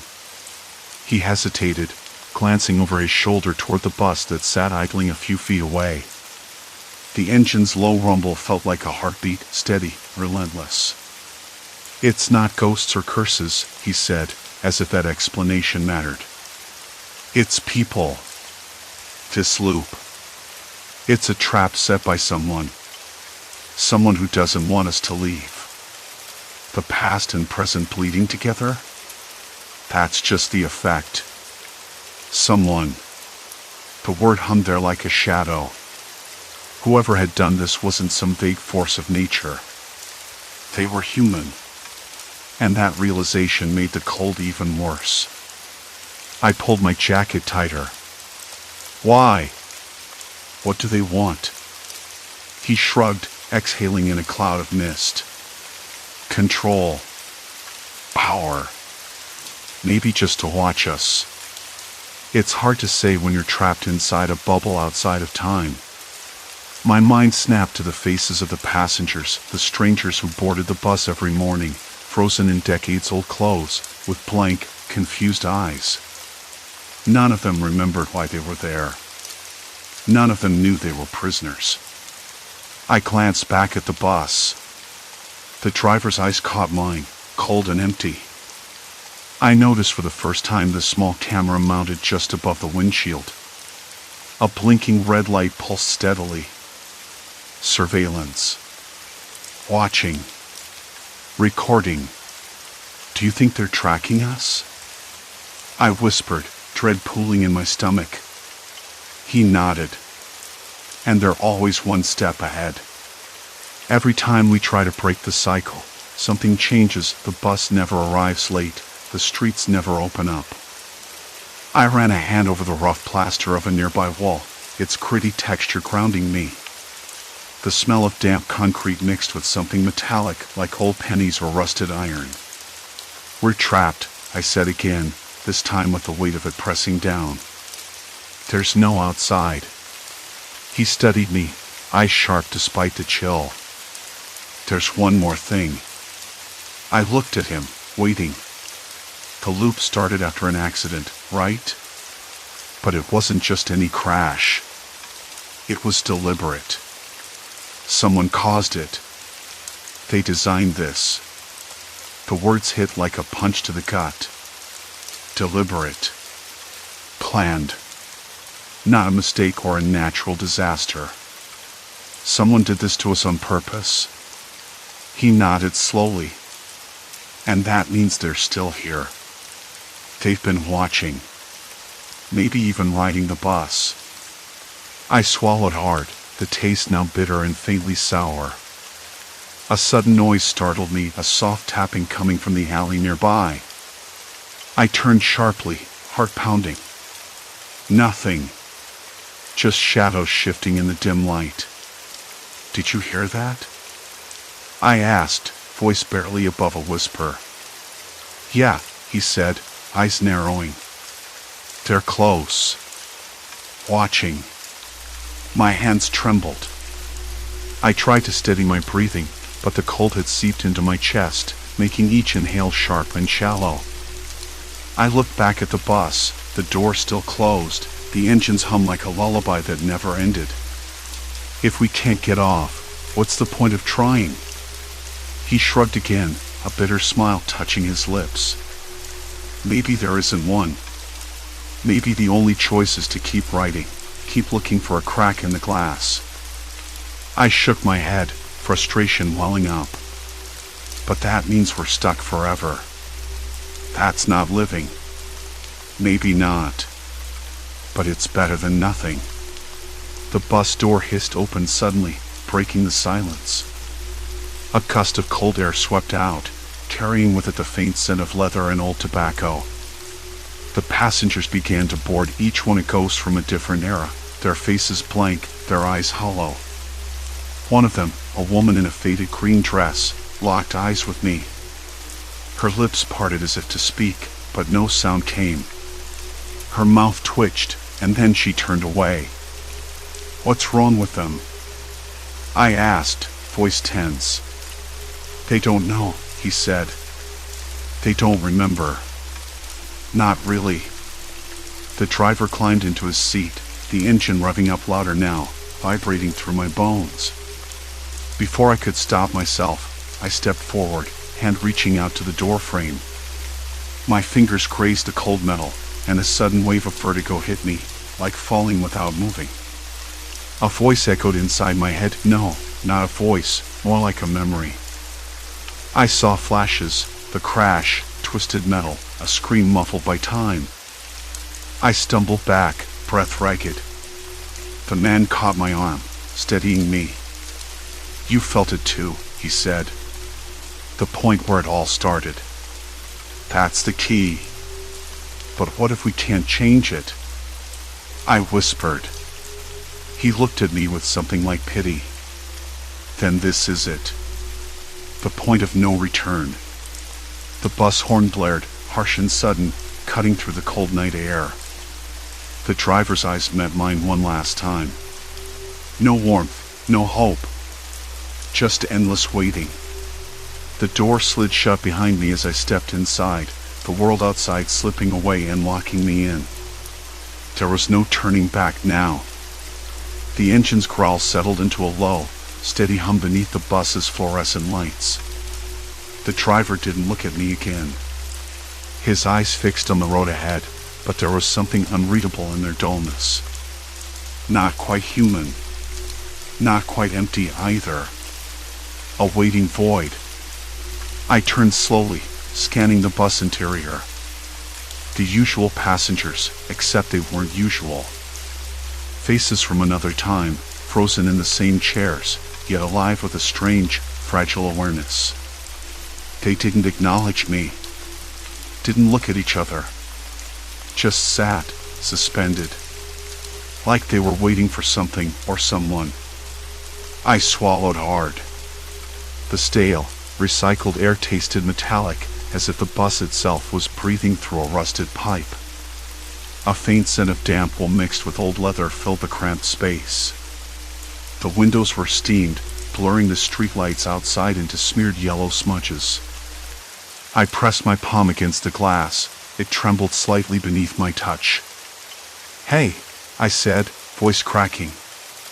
No reply. Can anyone hear me?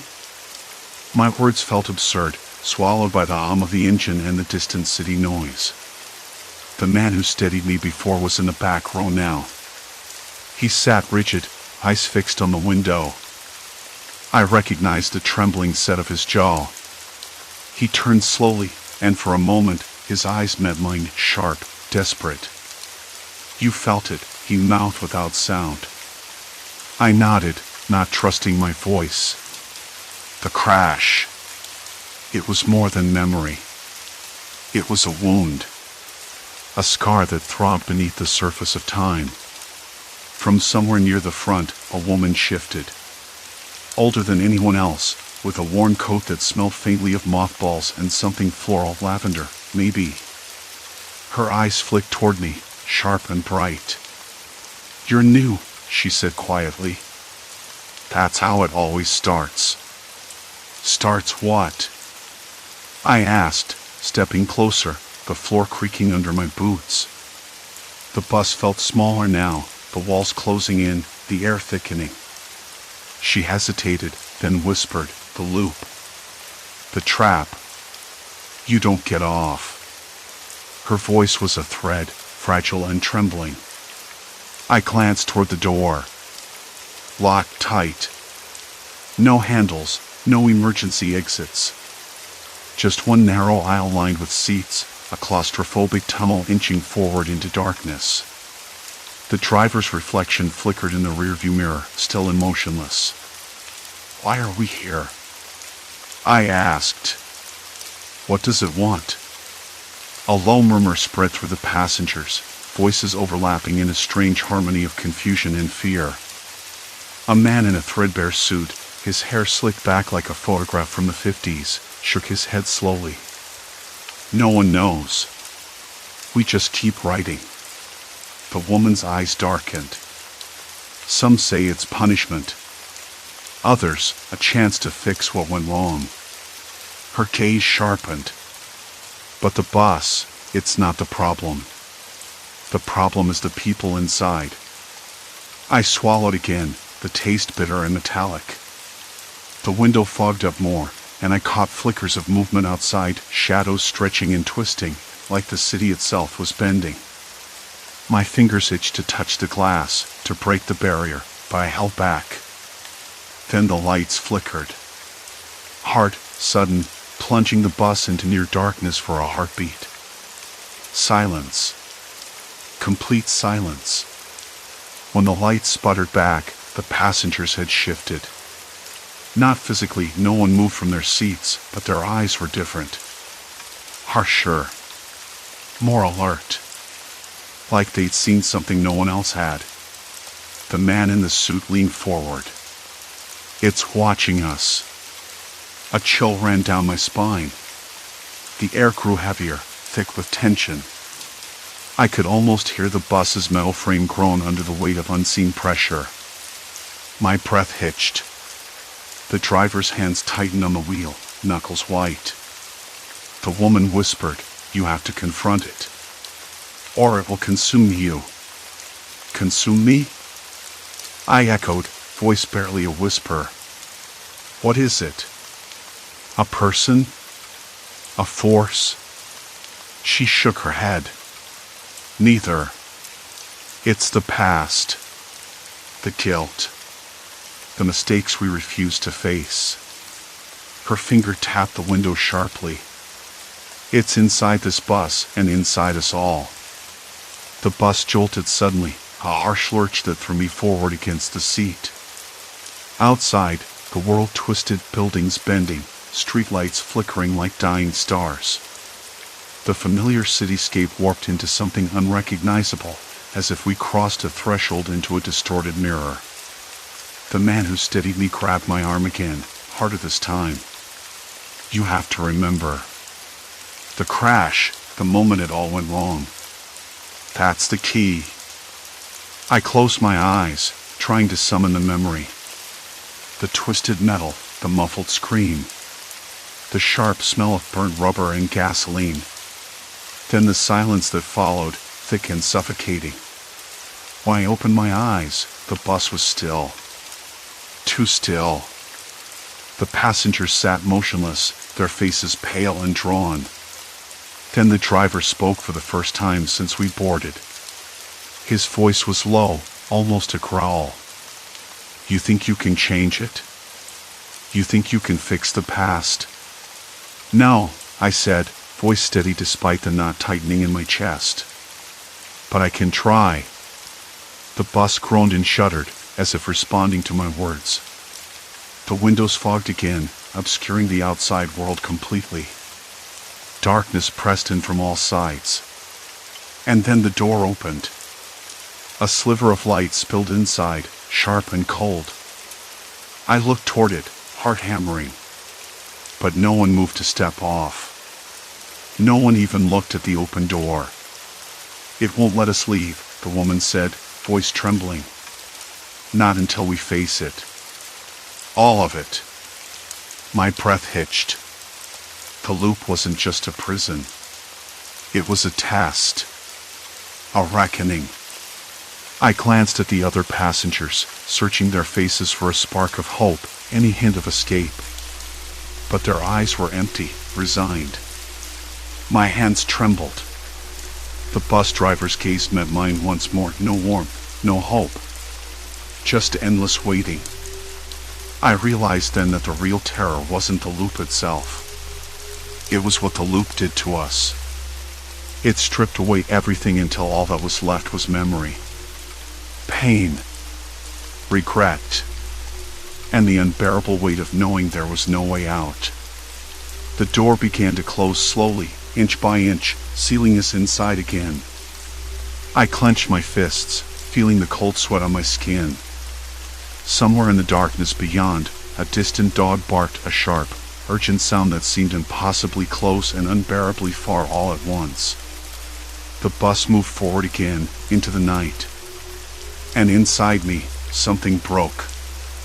The door creaked shut, the faint sound swallowed by the rumble of the tires against cracked asphalt. I glanced around. Faces, some from the past, others just ghosts of what might have been, all trapped inside the same cage of time and memory. No one spoke. No one dared. The woman's words echoed in my mind like a warning bell. Not until we face it. All of it. But what exactly was it? The loop? The memories? The regret? Or something deeper, something we couldn't see but felt clawing beneath our skin? The driver didn't turn his head. He never had. His eyes were fixed on the road, or maybe somewhere beyond it, unblinking and unreadable. I wondered if he was even aware of what we were going through, or if he was just a part of the machinery, a cog in the endless repetition. The bus slowed, then stopped. The familiar old terminal loomed outside, lit by flickering street lamps that cast long shadows like fingers reaching out to pull us back inside. The engine idled, a low growl in the quiet. A man near the back, gray-haired, suit pressed but rumpled, eyes distant, finally broke the silence. Do you think it's over? His voice cracked like dried paper. Have we done what it wanted? No one answered, and I felt a bitter surge of anger. Over what? Over nothing? Over hours and days spent circling the same streets, the same stops, the same faces? I wanted to shout, to scream, to break something, but I didn't. I just breathed in the heavy, stale air and watched as the woman from before stood slowly, her hands trembling but steady. She walked toward the front with that strange resolve I couldn't quite understand. "I think we have to remember," she said, voice low but clear. "Not just the bad. The good, too. All the pieces." I wanted to ask her how. How do you remember what's been erased by time and pain? How do you pull out the parts of yourself you buried deep to survive? She looked at me then, and for a moment, I saw something flicker in her eyes. Hope? Fear? I couldn't tell. Together, we started speaking. One by one, the passengers joined in, voices shaky, hesitant at first, then stronger as the memories spilled out their lives, their regrets, their moments of unexpected kindness and love. It was like peeling back layers of a wound, raw and bleeding but necessary. I talked about my own regrets, the chances I didn't take, the people I pushed away, the lies I told myself to keep going. The words felt strange, alien coming from my lips, but they were real. They were mine. As we spoke, the air in the bus seemed to lighten, the oppressive weight lifting just a fraction. The driver's eyes flickered briefly toward us, almost human, almost aware. Then, the door opened. Not the usual slow, mechanical groan, but a clear, deliberate motion. The outside air rushed in, crisp, cool, smelling faintly of rain and earth. The loop was broken. No one moved at first. We sat, stunned, the silence now different, hopeful rather than hollow. The woman stood again, looking back at us, a small, tired smile on her lips. "We're free," she said. But freedom wasn't a sudden burst of light or escape. It was quiet, fragile. It was the weight of what we carried, and the choice to carry it no longer. I stepped off the bus first, my feet touching the cracked pavement, cold and real. Behind me, others followed, hesitant but determined. The night felt different. The stars weren't just pinpricks of light but anchors in a vast, living sky. The distant dog barked again, this time not urgent, but familiar, like an old friend calling me home. I didn't look back at the bus. It sat there, empty now, a relic of something that had been and was no longer. The driver was gone. I walked away slowly, the weight on my chest easing with every step. The loop had tested us, stripped us down to our bones, but it hadn't broken us. And maybe that was the real horror, the knowing that sometimes, the hardest battles aren't against monsters or ghosts, but against ourselves. I don't know what comes next. Maybe nothing will ever be the same. But as the first light of dawn crept over the horizon, I realized that I was still here. Still breathing. Still capable of moving forward. That night, the loop ended. But the echoes, the memories, the regrets, the quiet moments of connection, they stayed with me. They always will. And maybe that's enough. Maybe that's enough for now. The weight of the past still presses on my shoulders, but it no longer crushes me. There's a strange kind of peace in accepting the scars we carry, and understanding that they are part of who we are. They remind us that we survived, that we fought even when the odds were stacked against us. I don't have all the answers. I don't know if the future holds redemption or ruin, but I do know this: every step forward, no matter how small, is a victory. Even when the path is uncertain, even when the darkness threatens to swallow me whole, I can choose to keep moving. And maybe one day, those echoes will transform from whispers of pain into stories of resilience. Until then, I'll hold on to this fragile hope, this quiet determination. Because in the end, surviving is not just about what we endure, it's about what we decide to become after. Story 4, Haunted Vision, shadows beyond illness. I never thought the quiet hum of my apartment would become something I dreaded. It started with a headache, dull and persistent, the kind that made every light too bright and every sound too sharp. I've been dealing with the aftermath of the neurological illness for months now, episodes where my vision blurred, then cleared, leaving behind a strange residue of uncertainty. Doctors called it residual neuropathy, a fancy term that didn't explain why I sometimes caught glimpses of, well, shadows, I supposed. Figures that didn't belong, but I couldn't prove they were anywhere but in my head. The apartment was a modest fifth-floor walk-up I granted after the illness forced me to leave my old place. It was a bland space, really white walls, a faded linoleum floor in the kitchen, a couch with one armrest missing. Nothing to suggest mystery or menace. But it was mine. Mine to control. Mine to feel safe. That night, I was sitting on the couch, the faint smell of leftover pasta sauce lingering in the air, when I noticed the shadow again. It was standing just beyond the edge of the kitchen doorway, where the light from the living room didn't quite reach. Tall, thin, and still. Like a charcoal sketch pressed against the wall. At first, I thought it was a trick of the light, maybe a coat hanging on the back of the door. I blinked and looked again. It hadn't moved. I swallowed, feeling the dryness creep into my throat. "Hello?"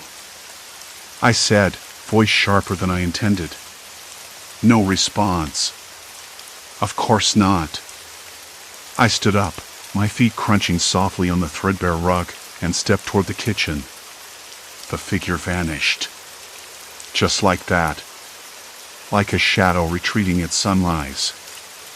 I rubbed my temples, the headache pulsing in time with my quickening breath. I knew how that sounded: hallucinations, side effects, the illness messing with my brain.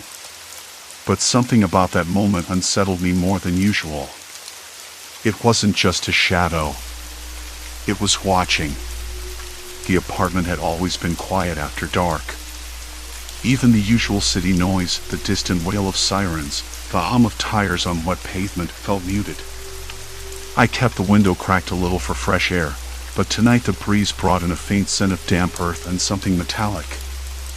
I couldn't place it.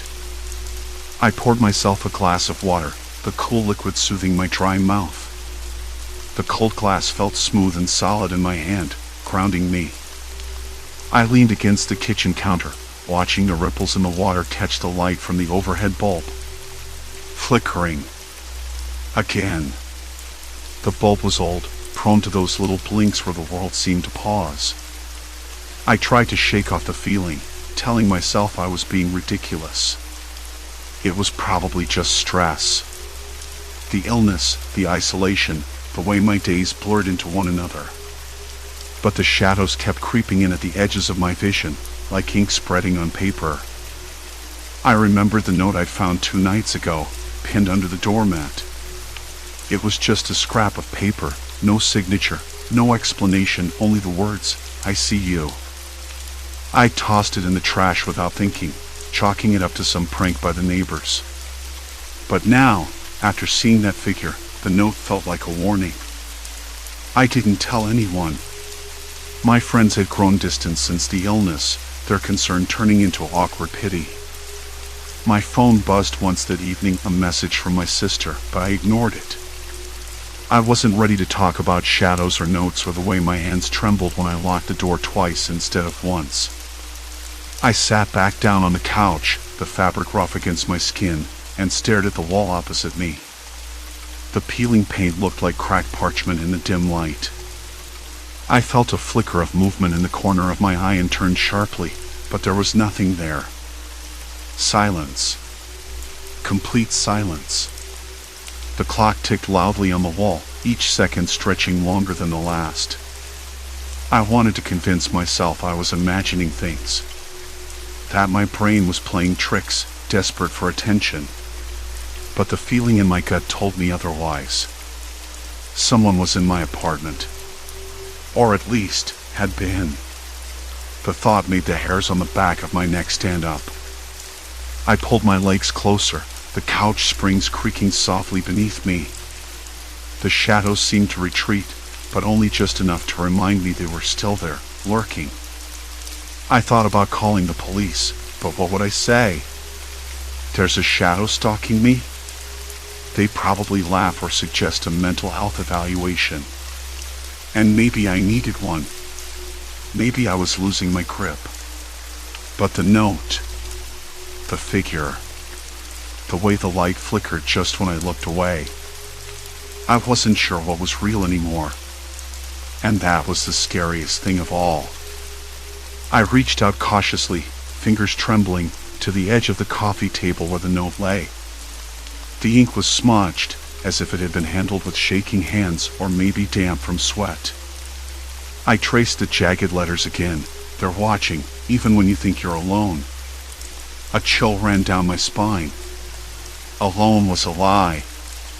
The silence in the room pressed against me like a physical weight, broken only by the distant hum of the city outside.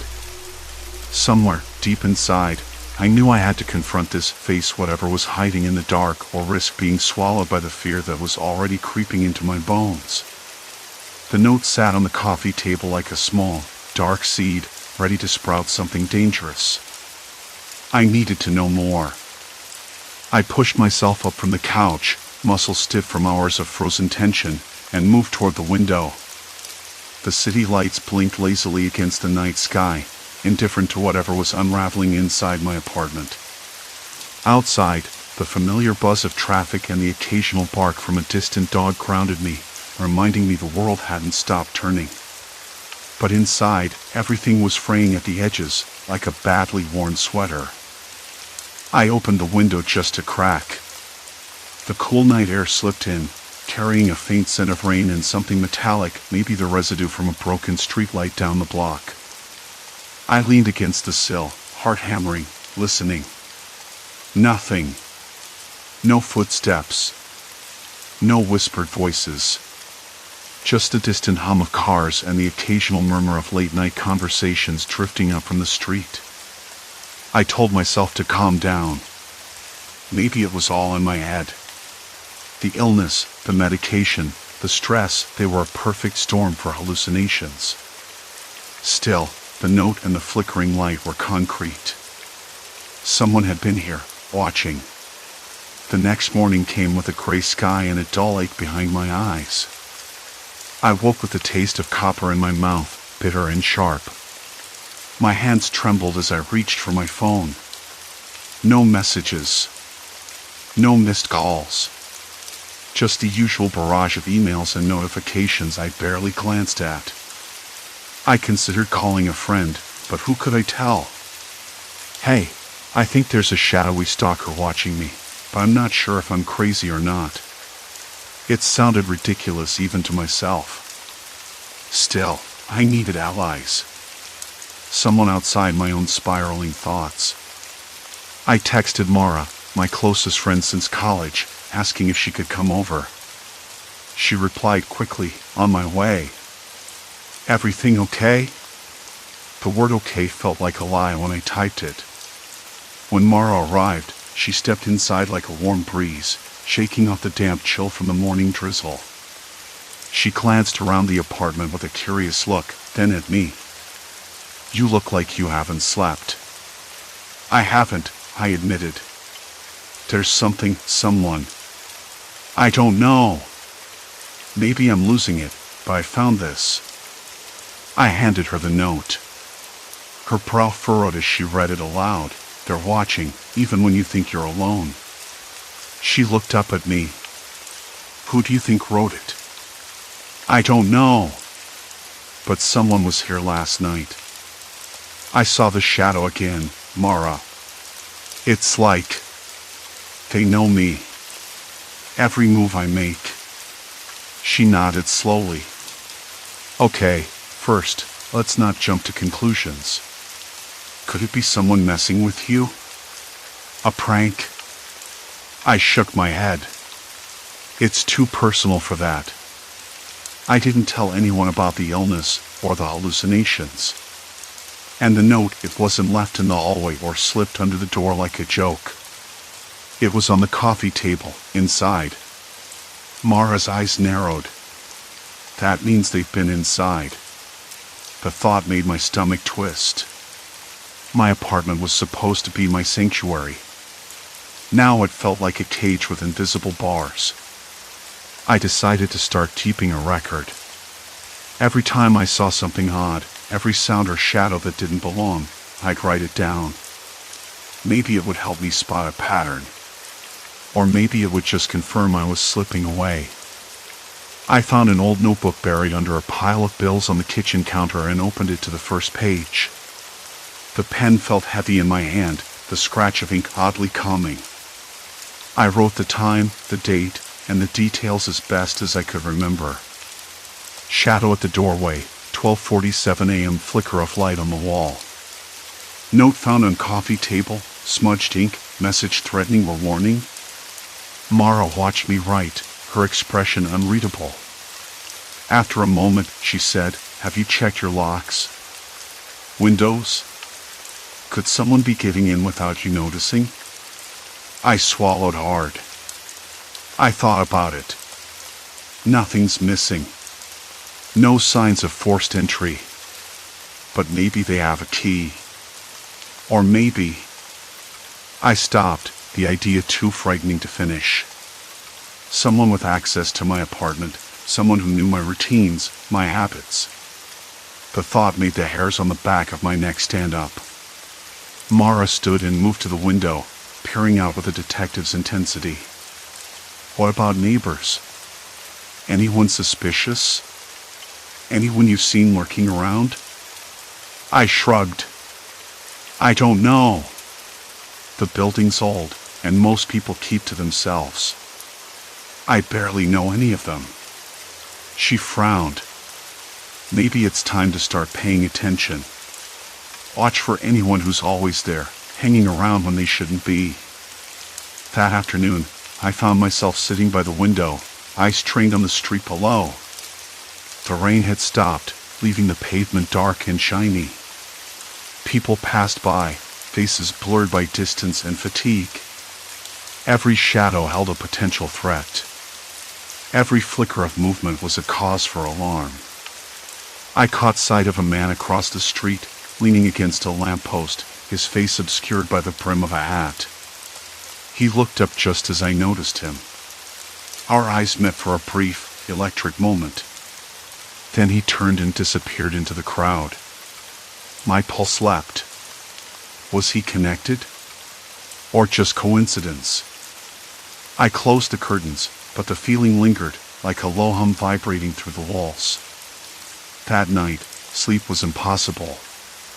I lay in bed, listening to every creak and groan the apartment made. The shadows seemed to stretch and recoil with every flicker of the overhead light. At one point, I thought I heard a soft tapping on the window. When I looked, nothing was there. I sat up, heart hammering, and reached for my phone to call Mara. No signal. The screen blinked no service. I frowned. The building's old wiring sometimes interfered with reception, but tonight felt different. The silence in the room thickened. Then the dim light that cast long, dancing shadows flickered. I froze. A figure materialized at the edge of my vision, darker than the room, impossibly still. I blinked, and it was gone. But this time, I wasn't sure if I wanted it to disappear.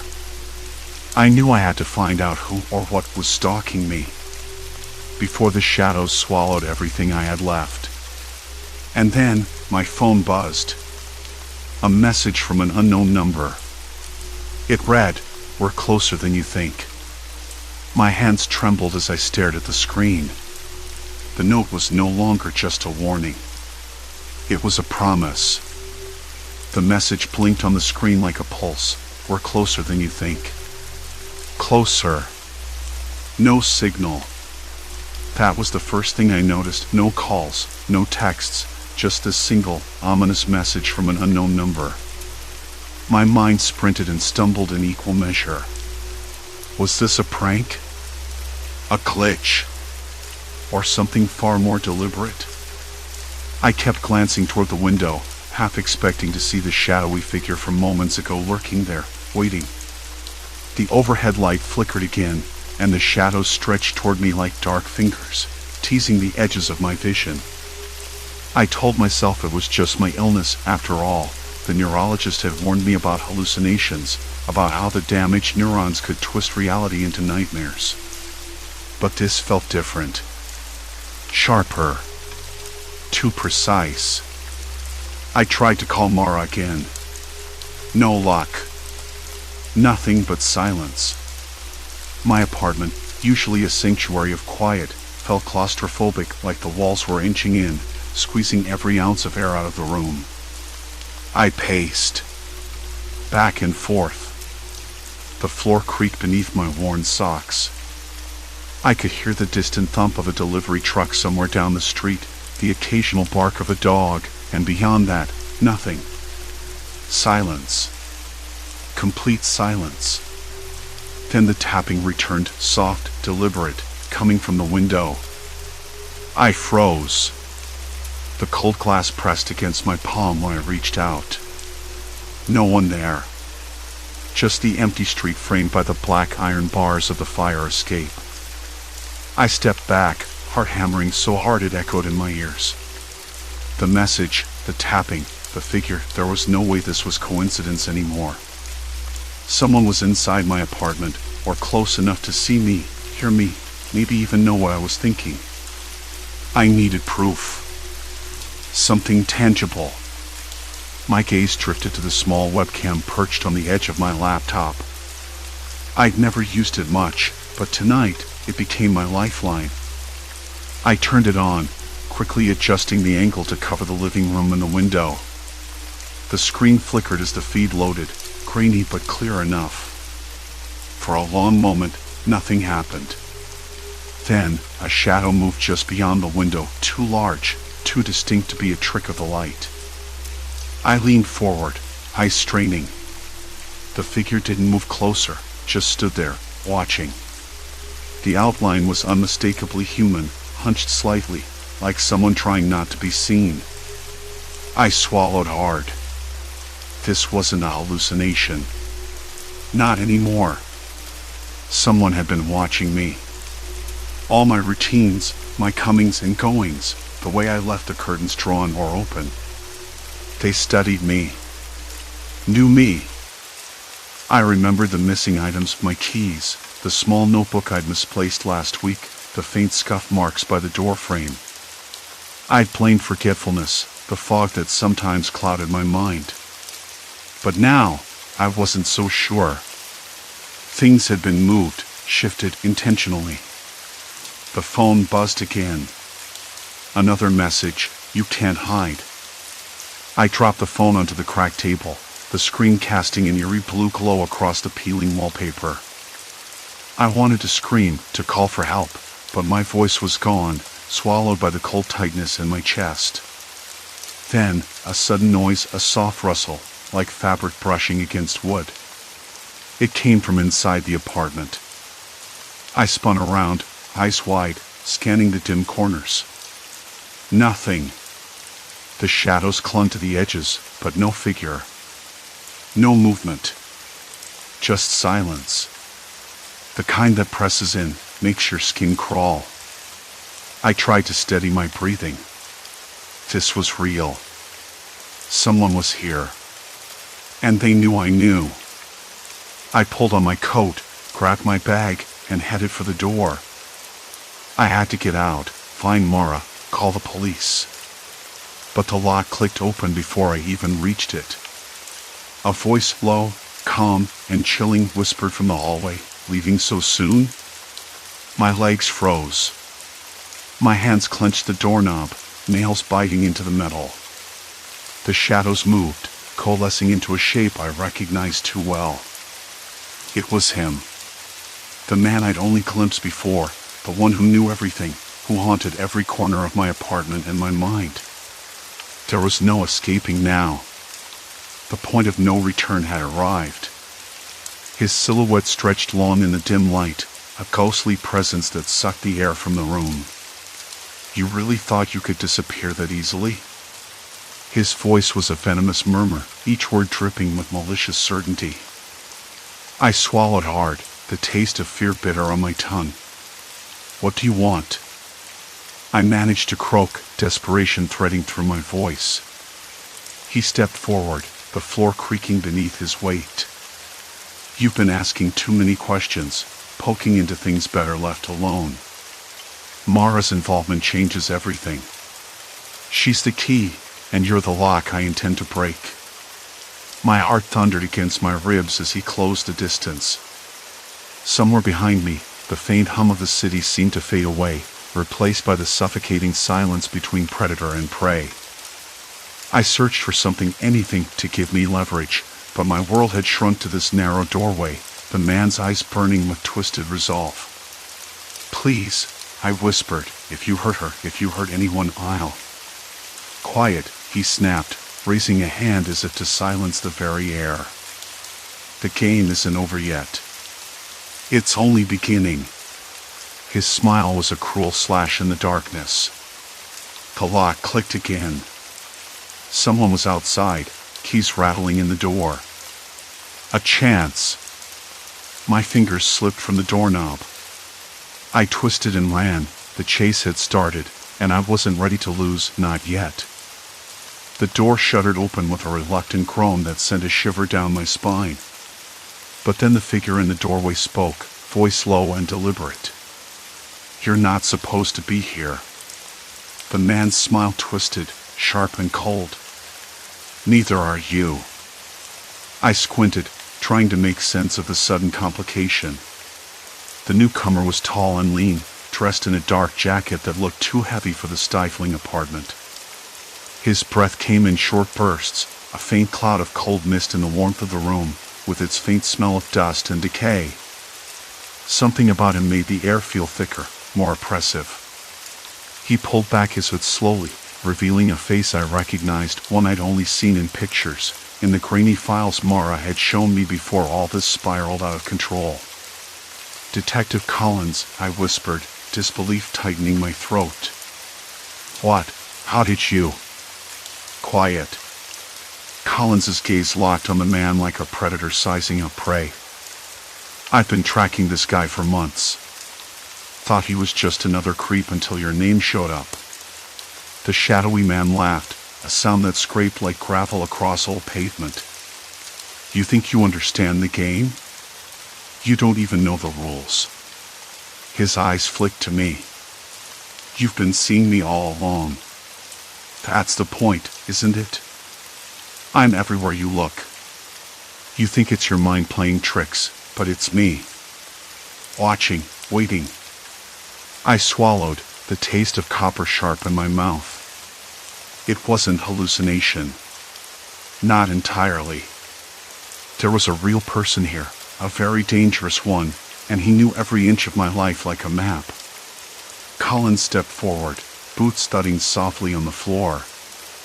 "Enough." His voice was steady, but I caught the edge of exhaustion beneath the authority. "You're done running." The man's smile faded. For a moment, I saw something flicker behind his eyes. Fear?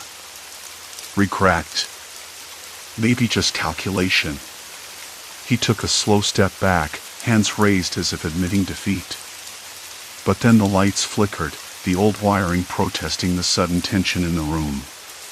Shadows stretched and twisted along the peeling wallpaper. The air felt colder, heavier, as if the walls themselves were closing in. I backed away, heart hammering as the man's eyes never left mine. "You don't understand what you're dealing with," he hissed. "Mara's part of this because she's the only one who ever saw the truth. And now you're tangled in it." "Why her?" I pressed, voice cracking. "Why me?"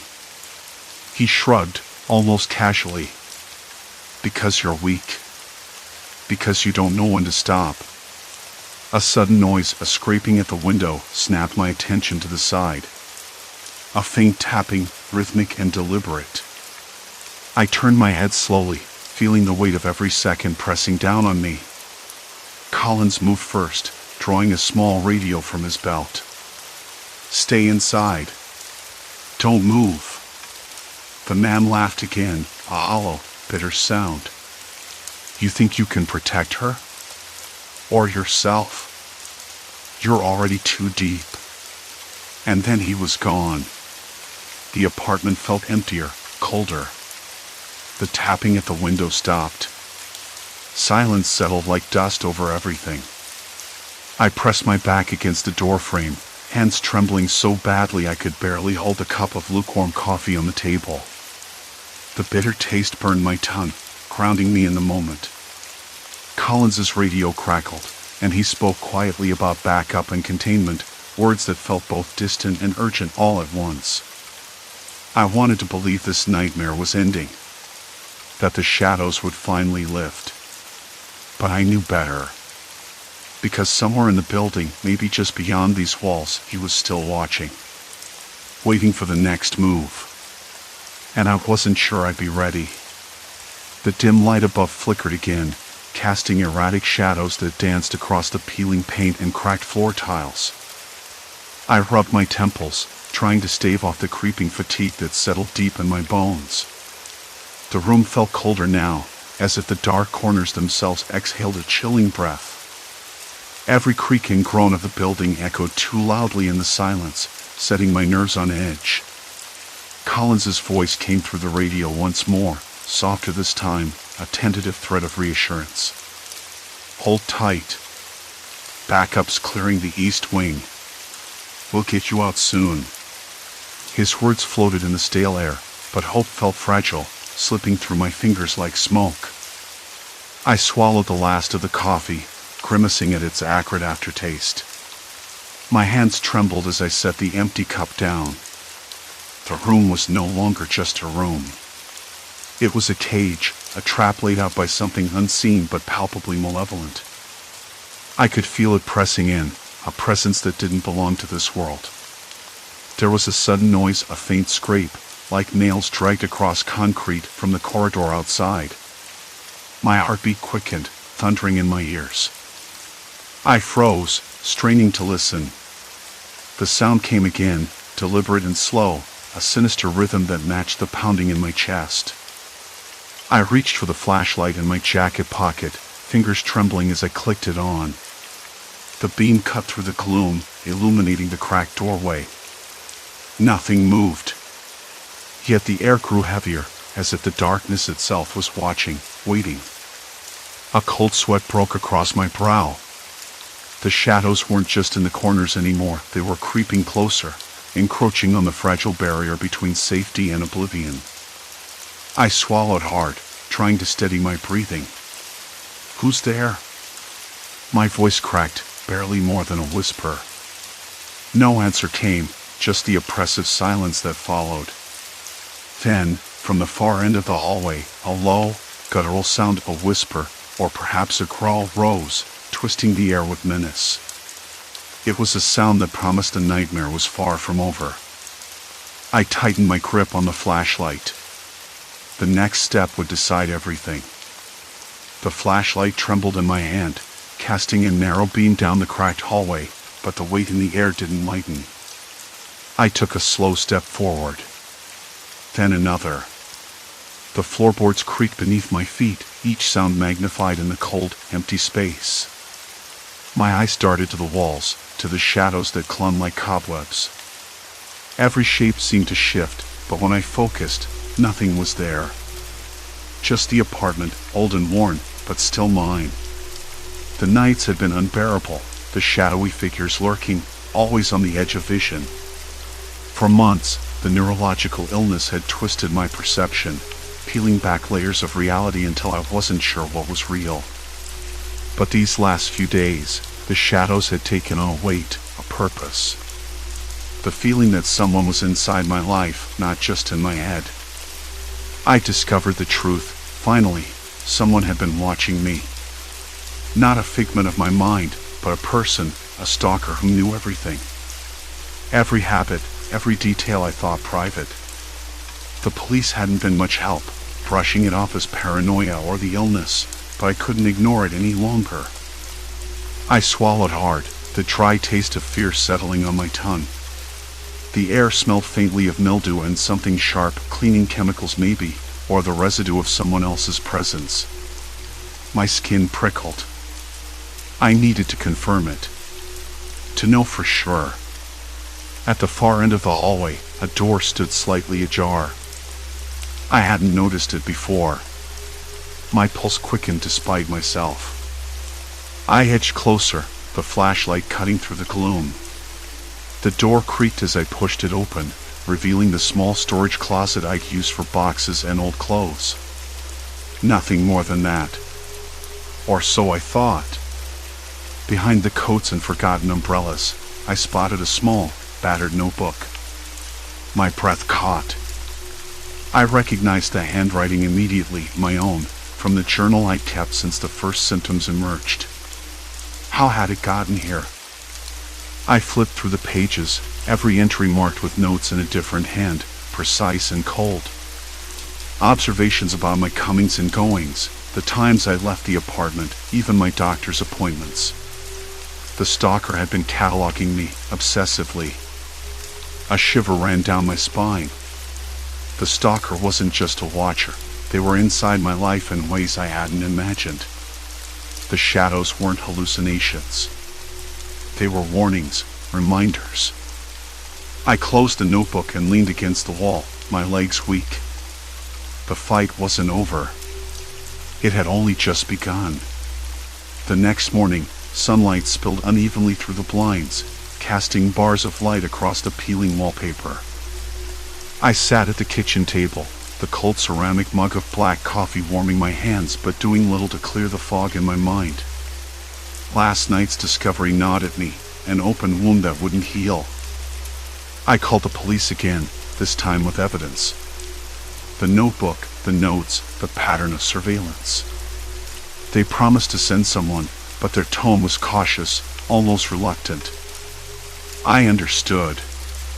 Mental illness complicated things. They didn't want to believe the shadows I described were anything but symptoms. I couldn't blame them. I didn't know what to believe anymore. The line between reality and illness had blurred too deeply. But I wasn't going to let this define me. I spent the day changing locks, installing new security measures that felt both necessary and futile. The locksmith was polite but seemed wary, glancing at me like I was a ghost. Maybe I was haunted not by spirits, but by the very real threat of someone who had infiltrated my sanctuary. Even with the new locks, I slept with the lights on, the television murmuring softly as a shield against the darkness. The shadows still flickered at the edges of my vision, but I forced myself to look away, to focus on the tangible, the hum of the heater, the taste of toothpaste, the rough texture of my sheets. The stalker might have known everything, but I knew one thing. I was still here. Still fighting. Weeks passed, or maybe it was months. Time felt strange, disjointed. The neurologist adjusted my medication, and some days the shadows receded, replaced by the dull ache of exhaustion rather than fear. I started writing again, pouring my thoughts onto paper, reclaiming my mind one word at a time. The police found nothing definitive. No fingerprints, no signs of forced entry beyond what I'd already noticed. It was as if the stalker had vanished, retreating into the cracks where light didn't reach. I never saw them again, but the imprint they left lingered. I stopped trusting silence. Every creak in the building was a question. Every unexpected sound a warning. I learned to live with the tension, like a constant hum beneath my skin. But I also learned to live beyond it. I reconnected with old friends, cautiously at first. The isolation had been a cocoon, but now I needed light, human voices, the warmth of shared laughter to remind me I was still part of the world. The illness hadn't beaten me, it had changed me, hardened me. There was a moment, months after the last shadow had disappeared, when I stood at the window, watching the street below. The sun was setting, turning the sky a bruised purple. A dog barked in the distance. The city breathed around me. I touched the scar on my wrist, a faint mark from a fall during one of the worst episodes. It was a reminder not just of pain but of survival. I realized then that fear had shaped me, yes, but it hadn't defined me. The shadows had been real. The stalker had been real. But so was my will to reclaim my life. I'm not sure what happened to the person who haunted me. Maybe they slipped away, scared off by the locks, the lights, or the stubbornness I didn't know I had inside me. Or maybe they're still out there, lurking just beyond the edges of sight, waiting for a crack to slip through. But I'm ready now, for whatever comes next. Because I've learned how to watch the shadows and not let them watch me. Silence is no longer empty. It's a space I hold. And in that space, I found myself again. Story 5, Elevator to the 8th floor, trapped between realities. The elevator's hum was the kind of sound you could almost forget was there, like the low drone of a refrigerator or a distant highway. The building was the kind that made you question why anyone wanted to work there in the first place. A bland slab of concrete wedged between glass towers, its lobby dim and smelling faintly of old carpet and wet cement. The kind of smell you don't notice until it's all you can think about. I'd passed that elevator dozens of times, maybe hundreds, without a second thought. Until it stopped. I stepped in, the metal doors closing with a soft ding that echoed oddly in the tight space. The panel inside was dull, the numbers worn down to a pale brass, the light behind the 10 flickering just enough to be irritating. I pushed the button again. Nothing changed. The elevator shuddered slightly, a hesitation I didn't expect, and then the lights dimmed, the overhead bolt sputtering as if it were gasping for air. I leaned back against the wall, trying to steady my breathing. The air felt thick, stale, like someone had been smoking in here hours ago or maybe days. My watch ticked loud enough to break the silence, each second dragging like a weight. A faint vibration ran beneath my feet.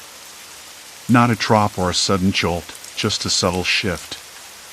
The elevator lurched, then settled. The floor indicator blinked off, then back on, but now it read 9. I frowned, glancing down at the panel. I hadn't pressed any other buttons. I tapped the 10 again, hard. The light didn't change. The walls felt closer.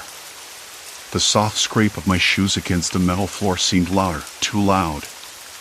I pressed my ear against the door and heard nothing but a distant, muffled thump. Maybe someone was moving on the 9th floor. Maybe the building was just old. I tried the emergency phone. Static. No response. The little speaker crackled, then went silent.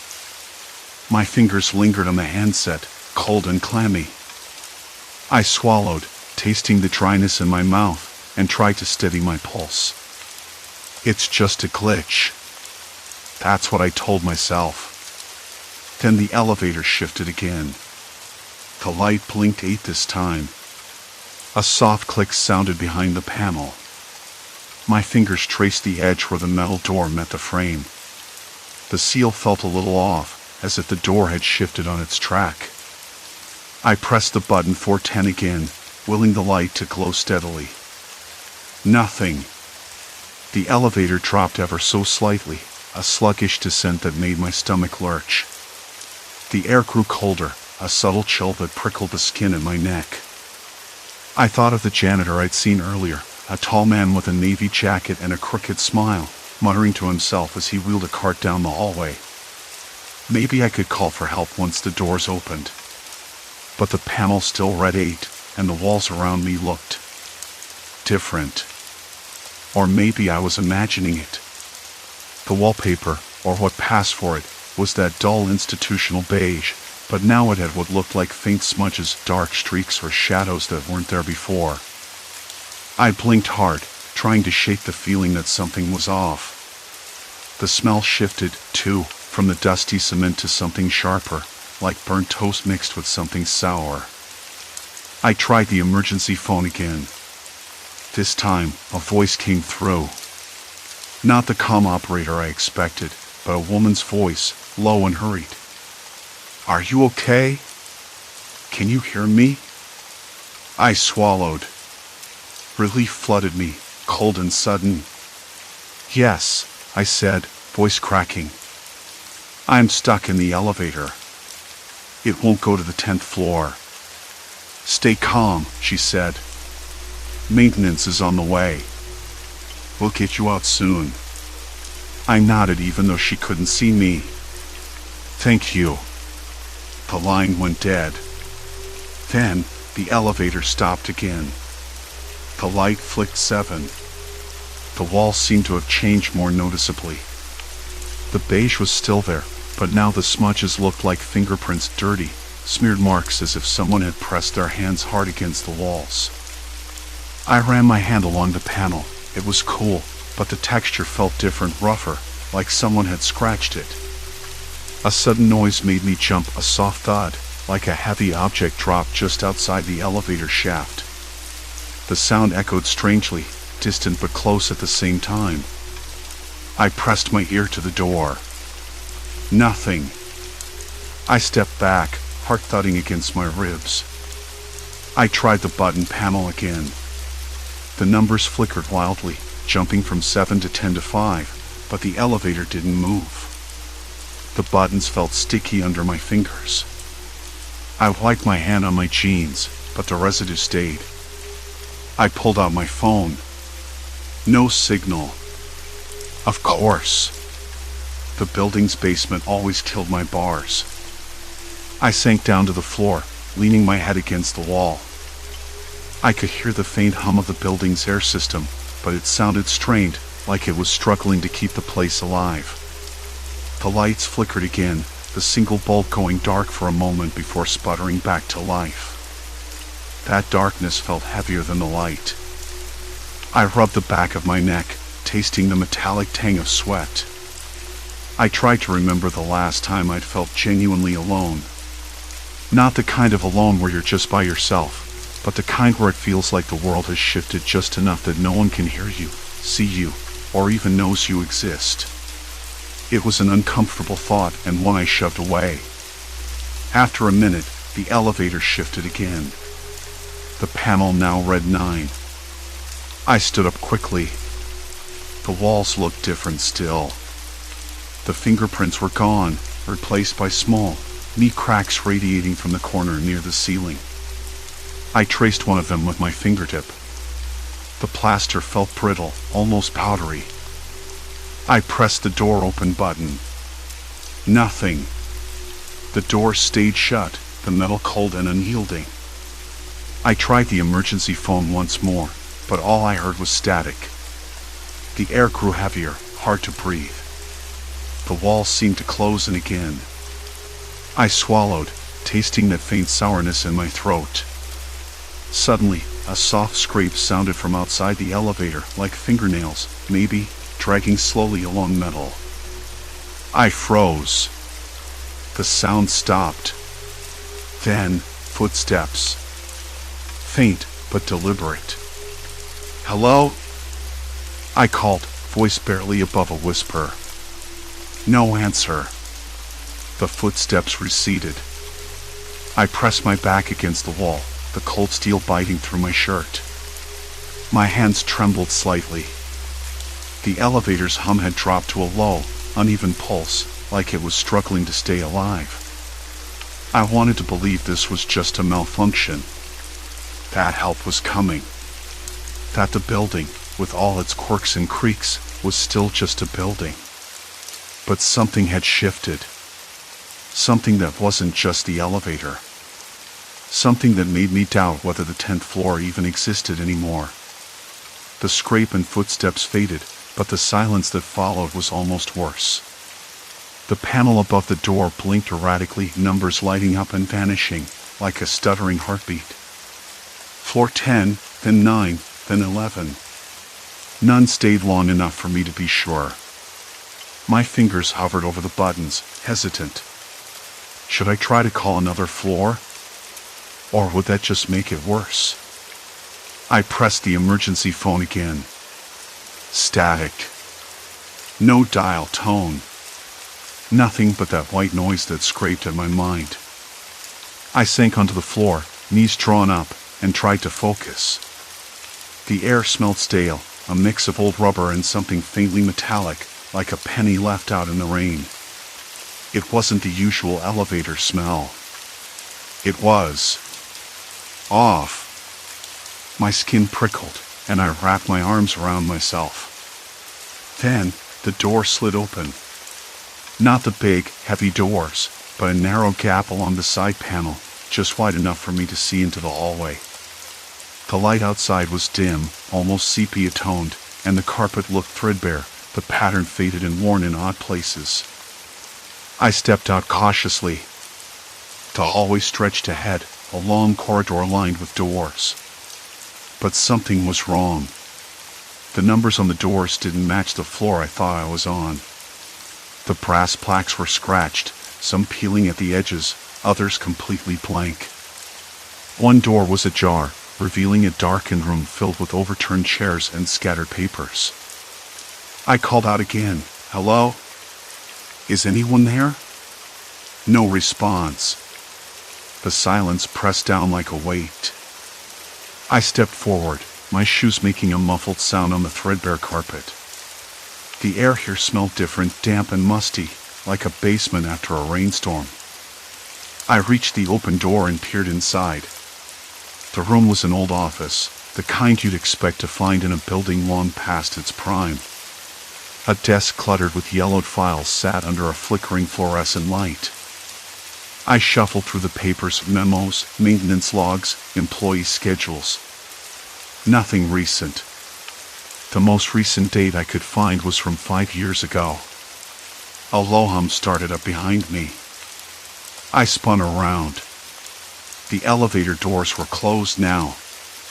The panel above the door blinked again, this time it settled on floor 11. I hesitated, then stepped back inside. The door slid shut behind me, the hum rising to a steady drone. The panel flickered once more, then went dark. I was trapped again. I sat down, resting my back against the wall. My hands trembled as I pulled out my phone. No signal. Of course. The screen was cracked, the glass spiderweb from a fall earlier that day.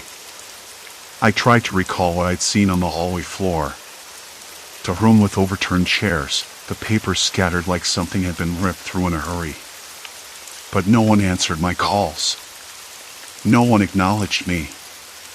I pressed my ear to the door. Sometimes, in buildings this old, you can hear the faintest sounds, voices, footsteps, the distant clatter of something dropped. But here? Nothing but the elevator's mechanical drone and the occasional creak of settling metal. The panel lit up again. Floor 10. The doors opened slowly. I stepped out.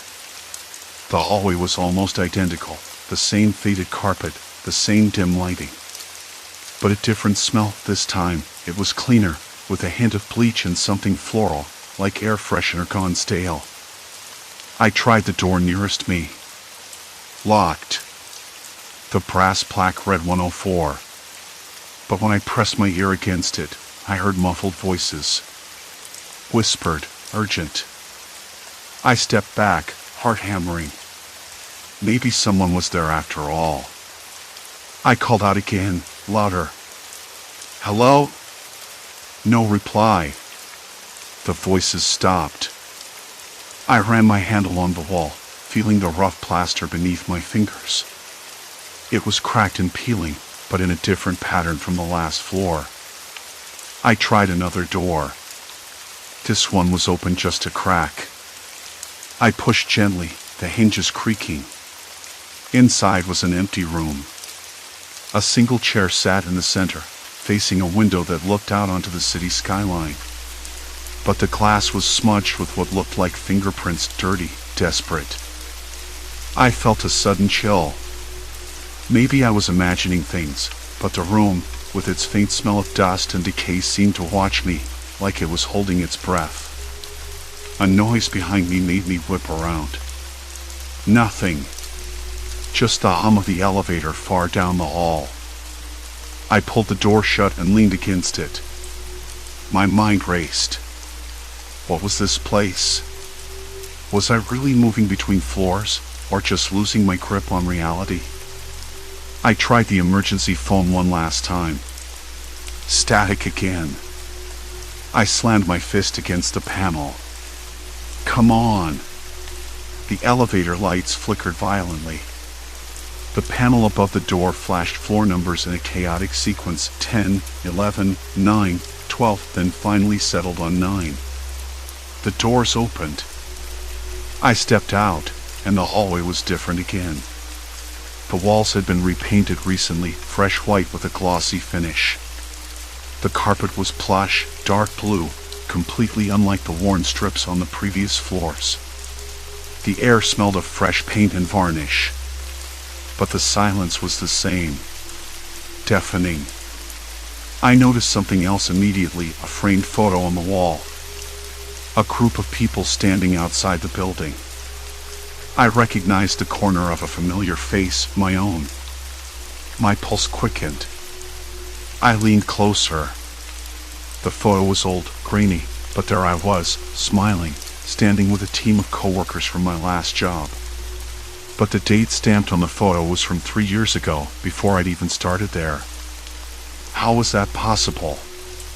The door at the end of the hall creaked open. A woman stepped out. Mid-30s, sharp eyes behind thick glasses, her expression unreadable. She looked straight at me. "Can I help you?" Her voice was calm, but there was a hardness beneath it. I swallowed. I think I'm lost. The elevator's not working. She studied me for a long moment, then shook her head slowly. There's no elevator here. This floor's closed for renovations. You shouldn't be here. I opened my mouth to argue, but she stepped back inside and closed the door. The lock clicked. I banged on the door. Wait. Please. I'm stuck. No answer. The lights flickered again. I backed away, heart pounding. I was trapped in a place that kept shifting beneath my feet, where the rules changed without warning, and where no one seemed to remember me, or maybe just refused to. I sank to the floor, clutching my head. The metal walls of the elevator felt miles away now, like a distant memory. Something was happening to me here. Something I couldn't name yet. And I wasn't sure I wanted to know. Then, a soft, deliberate tap sounded behind the door. Not the heavy footsteps from before, but quick, light, like someone knocking to get my attention. I stood, hand trembling as I reached for the handle. The door didn't budge. The tapping stopped. Silence swallowed the hall. I pressed my ear against the door again. Whispers. Too soft to understand, but unmistakably there. And then, a voice I thought I'd never hear again. "Are you still in there?" My breath caught. Jason? The name hit me like a blow. That wasn't who I was supposed to be. Not here. Not now. I stepped back, heart slamming against my ribs. The hallway shifted again. The walls blurred, the carpet changed underfoot, and when it settled, I was back in the elevator. The door shut tight, sealing me in. And the panel lit up, floor 13. The silence pressed in on me like thick, damp cloth. The knock behind the door had stopped as suddenly as it came, leaving nothing but an unbearable stillness that filled every corner of the elevator. I stared at the panel, at the tiny numbers blinking in that same erratic cycle. Floor 7, then 8, then back to 7 again. I swallowed hard, my throat dry, and tried to make sense of it all. The woman's words echoed in my mind, "There's no elevator here. This floor's closed for renovations." You shouldn't be here. But here I was. I pressed my ear against the cold metal door, hoping to catch any whisper of movement beyond. Nothing. No footsteps, no voices, no distant sounds of the building humming to life. Just silence. I knew I had to keep moving, figure out what was real, but the walls felt like they were closing in, suffocating. I ran my fingers over the buttons again, desperate. Maybe if I tried to force a door open, I could slip through the gap and climb out. The handle didn't budge. It was like the door had been welded shut. I slammed my palm against it, then my shoulder. My skin prickled with sweat, and I tasted copper on my tongue. If I stayed here, I'd lose my mind. I sank to the floor again, this time leaning my head against the door. The metal was cool, but not comforting. I took a deep breath, trying to steady the storm of thoughts. The woman, whoever she was, she didn't just deny my presence. She erased it. Like I was a ghost in a building that refused to acknowledge me. That realization hit me with a cold sharpness. If no one could see me, talk to me, or even hear me, what did that make me? Someone who didn't exist.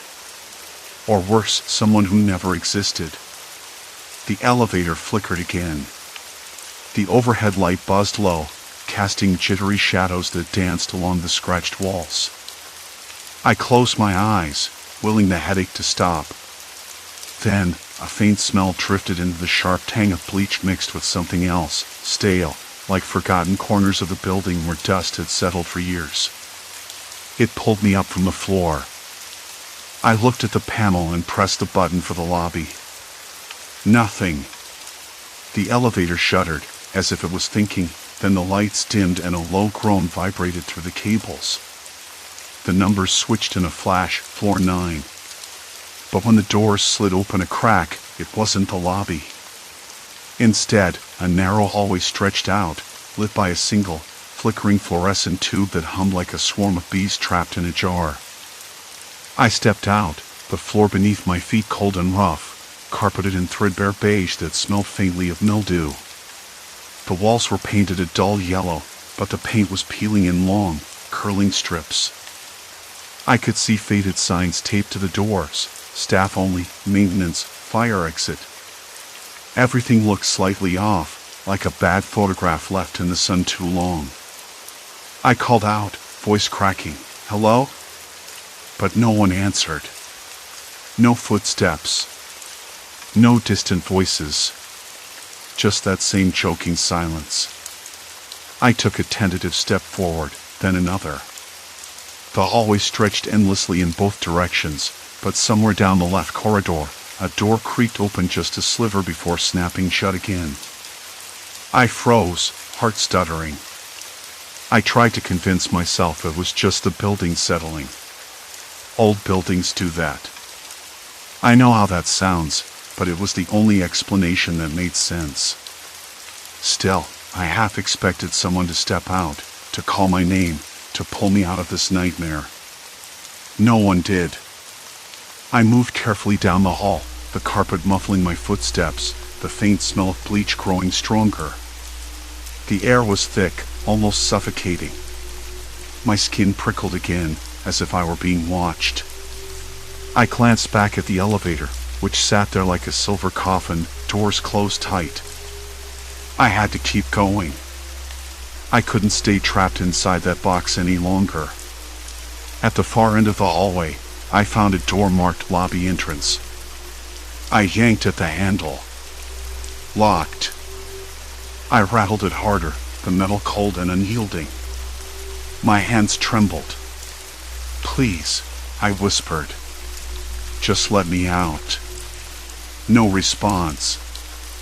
I pressed my ear to the door and heard muffled voices. Clear, distinct, but distant. I stepped back, heart pounding. Someone was somewhere nearby. But they weren't coming for me. I circled the hallway, trying every door I could find. Locked. Locked. Locked. It was like the whole floor was a maze designed to keep me in, to keep me alone. I stopped at one door labeled Manager's Office. The window was cracked, a thin sliver that let me peek inside. The room was empty, except for a desk littered with papers and a half-empty coffee cup. The air tasted stale, like it had been trapped for days. On the desk, a small framed photo caught my eye. I squinted, leaning closer. The image was grainy, but it was unmistakably me. Sitting at a table with two people I didn't recognize. My stomach twisted. I didn't remember this moment. I didn't remember those people. I reached out and touched the glass. The cold bit into my skin, and a sudden wave of nausea swept over me. I staggered back, clutching my mouth. What was this place? What was this reality? And if that was me in the photo, who was I now? My phone buzzed in my pocket. I pulled it out, relief flooding me for a second. But the screen was blank, no signal, no messages, no calls. Just a frozen image of the elevator's blinking floor numbers. I slid down the wall, sliding until I sat on the grimy carpet, head in my hands. The truth was sinking in. This wasn't just a stuck elevator, or a weird glitch in the building. I was trapped in something far worse. A place where reality fractured and everything I thought I knew unspoolled. The door behind me creaked open again. I whipped around. No one. Only the flickering light overhead. But now the smell had changed, something metallic and sharp, like blood mixed with rust. I stood and backed toward the elevator, every nerve screaming. The doors slid open with a reluctant groan. I slipped inside, the metal walls closing in once more. I pressed the emergency button repeatedly. No response. Then the panel blinked, faster this time. The numbers began to roll upward, then downward, skipping floors like a broken record. A cold breath of air slipped through the cracked door, carrying with it a whisper of forgotten things. The doors opened again. But this time it wasn't a hallway. It was a small, windowless room, painted stark white with a single chair in the center. The floor was shiny and spotless, the air sterile and biting cold. I stepped out cautiously. The chair faced away from me. I could feel a presence, heavy and still. I swallowed hard and called out, voice shaking, "Hello? Is anyone there?" The chair creaked. Slowly, it turned. Empty. I blinked. My heart pounded so loud it filled the room, with its faint smell of dust and decay. The chair was empty. No one there. Then I noticed the walls. Covered in photographs. Hundreds of them. Each one a snapshot of the floors I'd been trapped on, hallways peeling, office desks, signs, the elevator door. But in the corner of every photo was a date. Not today's date. Something older. Much older. And scribbled beneath each one, in shaky handwriting, was a name. My name. I staggered back against the wall, my skin crawling. Why were these here? Who took them? And what was I supposed to do with this knowledge? The elevator panel buzzed again. The numbers blinked rapidly, 0, then 1, then 2. The door slid shut behind me. I was moving again.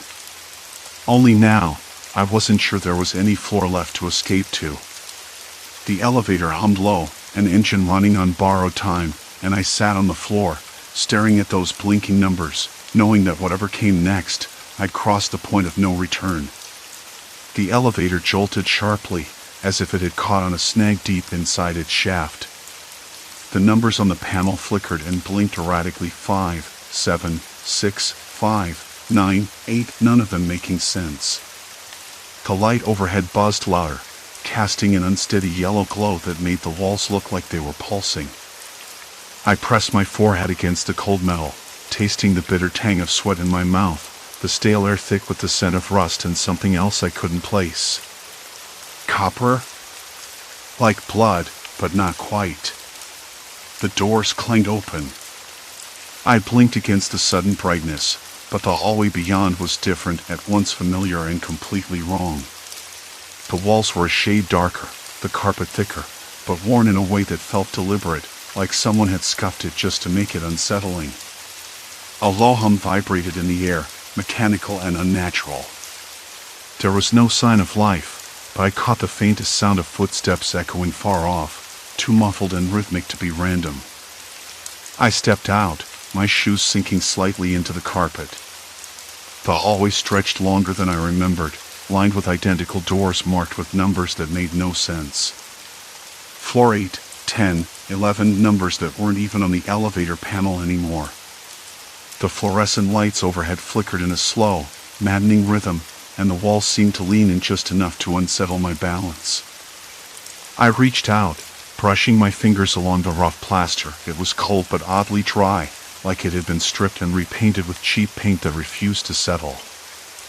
I tried the door to the right, labeled 807. It was locked. The knob was cool, but when I twisted it, it didn't budge. I heard the footsteps again, closer this time, deliberate and slow, as if someone was tracking me. My breath hitched, my hands trembling just enough to betray the calm I was trying to project. "I'm here," I whispered, voice cracking. "Who's there?" Silence. Complete silence. The only sound was the hum of the lights and the faint scrape of something dragging across the floor somewhere down the corridor. My eyes darted toward the darkness at the far end, where the hall bent into a corner. The scrape stopped abruptly. I swallowed hard, the metallic taste growing stronger. The smell was sharper now, unmistakably iron and something sour beneath it.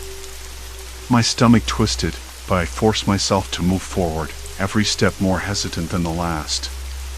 The hallway seemed to stretch and contract, the walls narrowing just enough to make me feel trapped. I reached a door that was slightly ajar. Peeling paint revealed splinters of wood beneath, and the number plaque was cracked and faded 804. Inside was a small office, but everything was off. The desk was cluttered with papers, but the ink was smeared and illegible. A calendar hung crooked on the wall, stuck on a date that didn't exist, February 31st. The smell of stale coffee lingered, mingling with the metallic sharpness. I rifled through the papers, desperate for something, anything, that made sense. One sheet caught my eye, a memo, stamped with a logo that looked familiar but distorted, like a funhouse mirror version of the building's real emblem. The text was typed but nonsensical, a jumble of words that almost formed sentences but fell apart halfway through. I blinked. The letters seemed to swim on the page. Behind me, the door slammed shut with a finality that made my heart leap into my throat. I spun around. The hallway outside was empty. The footsteps had stopped. I pressed my back against the door, breathing hard. The air felt heavier now, thicker, as if the very atmosphere was congealing around me. The fluorescent bulbs flickered violently, then went out, plunging me into darkness. I fumbled for my phone, the screen lighting up in a weak glow. No signal. No messages. Just that frozen elevator display, taunting me from earlier, echoing in my mind. A noise, a faint whisper, just beyond the edge of hearing. I froze. Was it my own breath playing tricks? A trick of the building settling? The whisper grew louder, a sibilant hiss that made my skin crawl. It wasn't words. Not exactly. More like the sound of someone breathing through clenched teeth. I edged toward the door, hand reaching for the knob. It turned easily this time. I stepped out into the hallway, the lights back on but dimmer, casting long shadows that stretched unnaturally down the walls. The carpet was gone, replaced by cold, cracked tile. The air smelled sharp and sterile, like a hospital, but colder, dead. At the far end, a figure stood silhouetted in the dim light. I squinted. The shape was human, but the posture was wrong. Slouched, head tilted at an odd angle, hands hanging too loosely. The figure didn't move or respond when I called out. "Hey," I said, voice shaking. "Are you okay?" No answer. The silence pressed down on me, oppressive and thick. My pulse hammered in my ears. I wanted to turn and run, but every instinct screamed to stay, some part of me desperate to confront whatever this was. Slowly, I took a step forward. The figure didn't flinch, didn't acknowledge me. I noticed then the details, the tattered jacket, the worn shoes, the way the hair fell in uneven patches. The elevator shuddered again, quiet this time, almost polite about it, as if it was tired of the routine. The lights flickered once, twice, then steadied, casting that same sickly yellow glow that had become my only companion for what felt like days. I pressed the button for the lobby, hoping for the familiar hum of descent, a return to something solid and real. Instead, the numbers above the door blinked erratically. 7, 8, 7, 9, 7. I exhaled slowly. 7. Again. The same floor. I stepped out. This version of the 7th floor was different. The walls wore a new shade, a dirty beige that made the fluorescent bulbs seem harsher, the air more stagnant. The faint smell of mildew tugged at my nose, wrapped in something metallic, like pennies tossed in a drain. The distant hum of the building's ventilation was uneven, a low, irregular pulse that set my teeth on edge. I walked forward, careful not to disturb the thin layer of dust covering the floor tiles. Footsteps echoed softly behind me, but when I glanced back, the corridor was empty. I told myself it was my imagination, a trick played by the silence pressing in too tight. Still, that sound lingered just beyond hearing, like a breath held too long. The flickering light overhead caught a glint on the wall. At first, I thought it was a scratch, but as I moved closer, I saw it wasn't a mark at all. Someone had scrawled words in a shaky hand. "You don't belong here." I swallowed hard, the lump in my throat growing heavier. It wasn't just a message. It was the handwriting, ragged, desperate. Like mine, but not mine. I backed away, the skin on my arms prickling. It wasn't the first time I'd seen words or signs in these shifting halls, but this one felt personal. Almost a warning. "Hello?" My voice cracked, thin and brittle. "Is anyone there?" No answer. Just the distant, uneven hum of the vents and the occasional creak from the building settling. The floors here didn't feel quite right. Like someone rearranged the furniture of reality and forgot to put it back. I turned back to the elevator, hoping to escape this oppressive floor. The door was closed. I pressed the button. Nothing. The panel above the door blinked off, then on, then off again. The elevator was dead. I sank to the floor, my back against the cool metal wall, fingers tracing the seams between panels. The elevator was my prison, but the building was the cage. Somewhere in these layers of twisted floors, I was supposed to find a way out. Or at least, find myself. I closed my eyes, trying to remember who I was before this nightmare started. The office, the commute, the familiar weight of my briefcase. My life seemed like a photograph left in the rain, blurred, smeared, hard to hold on to. A soft tapping echoed down the hallway, rhythmic, deliberate. Tap.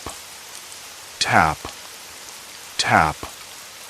I froze. The sound came closer, then stopped abruptly. Silence. Complete silence. I stood, heart hammering. Should I call out again? No. I wanted to see who, or what, was out there. I pressed my ear against the elevator door. "Hello?" I whispered this time. No reply. The tapping started again, this time from the other side of the elevator. My breath caught. I wanted to say it was a trick of the building's old pipes or my fraying nerves. But the pattern, the irregular pauses, felt intentional. I pressed my palm flat against the cold metal. "If you're out there, I'm trapped. Please." I waited. The tapping faded. For the first time since I'd entered this place, I felt like I wasn't alone. But that only made the silence that followed even heavier. When the elevator shuddered back to life, the doors slid open slowly with a mechanical groan. I stepped out, blinking against the harsh light. This floor was different again. The walls were painted a dull gray, marred by smudges and what looked like fingerprints smeared in haste. The carpet was threadbare, stained with dark patches that resembled spilled coffee or something darker. There was an acrid smell here, burnt plastic mixed with something sour, like spoiled milk. I started down the corridor, the carpet muffling my steps. The tapping returned light, quick echoing off the walls. I followed it, drawn by some fragile hope that I might find another human being. At the end of the hall was a door, cracked open just enough for a sliver of dim light to spill out. I pushed it gently. Inside was a small office, cluttered with papers and half-empty coffee cups. A desk fan spun lazily, stirring the stale air. The sound of the tapping now made sense. It was the incessant ticking of a clock on the far wall. I stepped in. The chair behind the desk was spun around as if someone had just left. I ran my fingers over the desk. The papers were reports, memos, schedules, but none of the names meant anything to me. No familiar faces. No hint of my own existence. A voice came from the hallway. "Hey, you shouldn't be here." I whipped around, heart in my throat. A man stood there, eyes narrowed, hands stuffed in the pockets of his threadbare jacket. He looked tired, wary. Not hostile, exactly, but guarded. "I'm lost," I said, voice soft. "I'm trying to get out." He shook his head slowly. "No one's supposed to be here. Not anymore. Who else is here?" I asked, stepping forward. He hesitated, glancing back down the hall. "Just people like you. People who don't belong. People like me." He nodded. "You're caught between floors. Between lives. The building. It traps you in layers. You lose yourself, your name, your history. You become a shadow." I swallowed again, the weight of those words settling deep. "How do I get out?" His eyes flickered with something like pity. "You don't. Not really. You have to find a way to accept it. Or you disappear completely." There was a pause, thick with unspoken truths. I looked down at my hands, trembling. The skin was pale, veins faintly visible. I could feel the tremor spreading out my arms. "Then what's left of me?" I whispered. He stepped closer, lowering his voice. "You have to remember who you are. Even if no one else remembers you." That was the moment I realized the true horror wasn't the shifting floors or the endless corridors. It was the erasure, the slow fade into nothingness, the dissolution of self.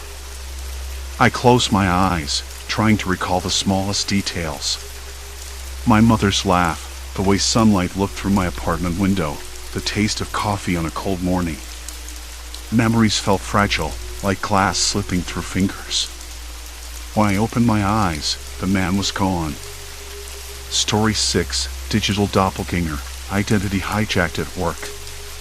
The morning had that particular cold sharpness that made the city feel brittle, like it might crack underfoot. At my desk, the hum of fluorescent lights buzzed low, a constant backdrop to the clicking keyboards and murmured phone calls. The smell of burnt coffee lingered in the air, cold and heavy with silence, somewhere between comforting and acrid, and the faint scent of someone's cologne, a little too strong, wafted by. I glanced at my screen, where the inbox was already swelling with unread messages. Most were routine, meeting reminders, a newsletter I hadn't bothered to open, and a few from colleagues. But then there was one that stopped me cold. It was from a coworker, Daniel, marked urgent. The subject line read, quick question about the project files. I frowned. Daniel and I rarely emailed directly. We usually spoke in person or over Slack. Opening the message, my stomach tightened. Hey, sorry to bug you, but can you send me the updated client list? The one you emailed last week? I can't find it anywhere. I rubbed my forehead. That was odd. I had sent no such list. And Daniel knew that. I usually kept those files locked down. A small knot formed behind my ribs. I replied quickly, hey, I don't have that list on me right now. Did you check the shared drive? No answer came. Instead, a Slack notification popped up. It was from someone I'd never seen before, an account bearing my name, my exact profile picture, and my job title. I blinked twice, thinking maybe my eyes were playing tricks. The message read, hey Daniel, just sent over the client list. Let me know if you need anything else. I stared at that for a long moment. The screen's cold light seemed to flicker, or maybe that was just my imagination. My fingers hovered over the keyboard, unwilling to type. That wasn't me. I didn't send that message. I didn't even know this fake me was out there. I closed the laptop lid with a snap, the sound echoing a little too loudly in the quiet office. My mouth suddenly tasted metallic, and my hands trembled slightly. I tried to breathe slowly, but the air felt thick, almost too warm for the chilly morning outside. I stood up, stretched, and forced myself to walk over to Daniel's desk. He was on a call, gesturing with his hands, face flush with frustration. I tapped his shoulder. His eyes flicked to me, and he ended the call. Hey, Daniel. You emailed me about the client list this morning? He nodded. Yeah, but I didn't get anything. I thought you sent it. I shook my head. No, I didn't. But someone pretending to be me just messaged you on Slack. He frowned. What? That's weird. I nodded, the cold knot tightening. Yeah, weird is one way to put it. Back at my desk, I sat down and pulled up my Slack account. I scrolled through my sent messages. Nothing unusual. But then, looking through the list of active sessions, I noticed something unsettling. A device I didn't recognize was logged in. The location was flagged as somewhere across town, in a part of the city I never visited. My fingers hovered over the mouse, then typed out a quick message to IT. Can you check for any unauthorized access on my account? I think someone might be impersonating me. A few minutes later, the reply came, no unusual logins detected. Password last changed 2 months ago. No alerts triggered. I blinked, confused. But that didn't explain the Slack message Daniel got. I was certain. Someone was doing something with my identity. The rest of the day passed in a blur. I kept checking my phone, half expecting more strange messages or calls. The office seemed different somehow, quieter, the usual chatter subdued. Outside the window, the sky had turned a flat gray, and the light flickered faintly as clouds swallowed the sun. I glanced at the reflection in the glass, someone who looked tired, maybe a little more worried than usual. At lunch, I met Mia at the cafe around the corner. The place smelled of fresh bread and roasted coffee beans. She greeted me with a bright smile, but I could tell something was off. Her eyes flicked nervously toward her phone every few minutes. "You okay?" I asked, stirring my tea. She hesitated.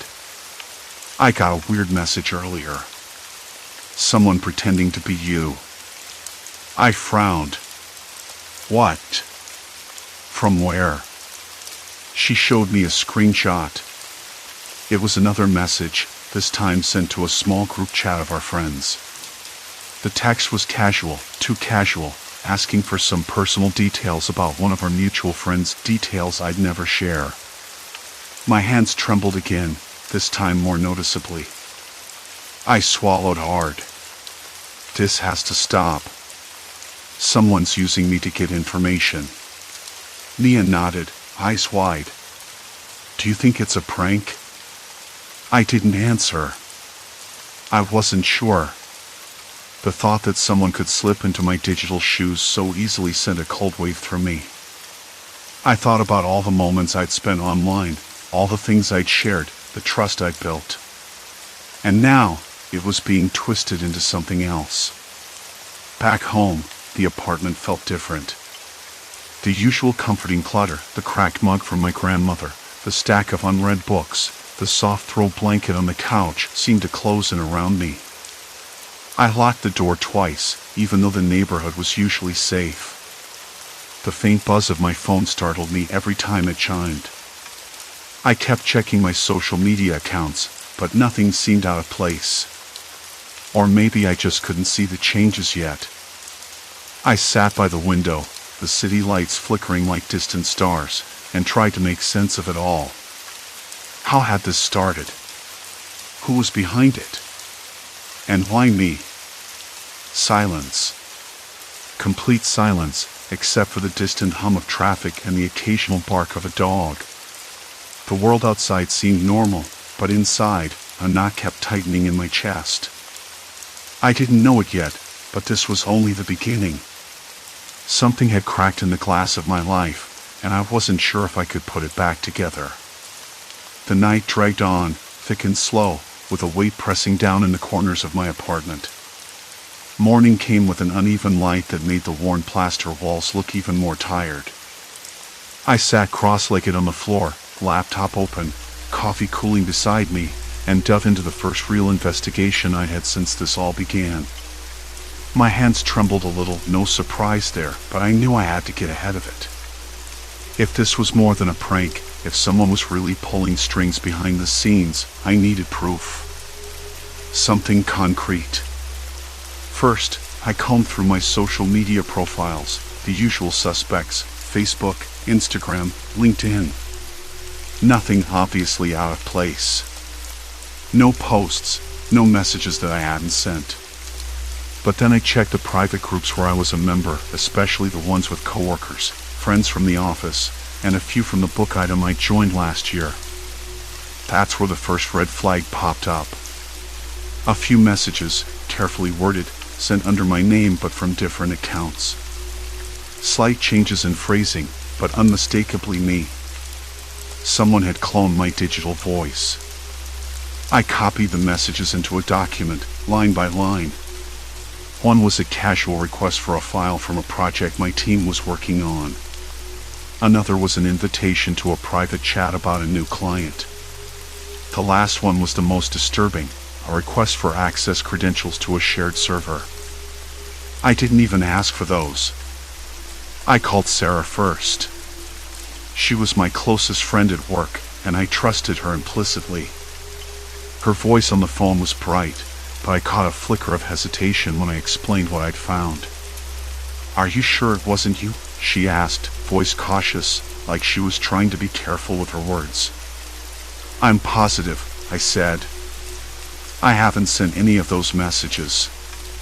Someone else is pretending to be me." There was a pause. "Then, you've got to take this to IT. They might be able to trace it." I agreed, but inside, a knot tightened. If this was someone from inside the company, someone who knew our systems and the way we communicated, then this wasn't just an online impersonation. It was a breach. A serious one. The office felt colder when I walked in later that morning. The usual hum of fingers tapping on keyboards and the low murmur of conversations seemed distant, almost mechanical. I sat at my desk, eyes darting to the screen every few seconds, waiting for an alert or a sign. It was like living inside a bubble of suspicion.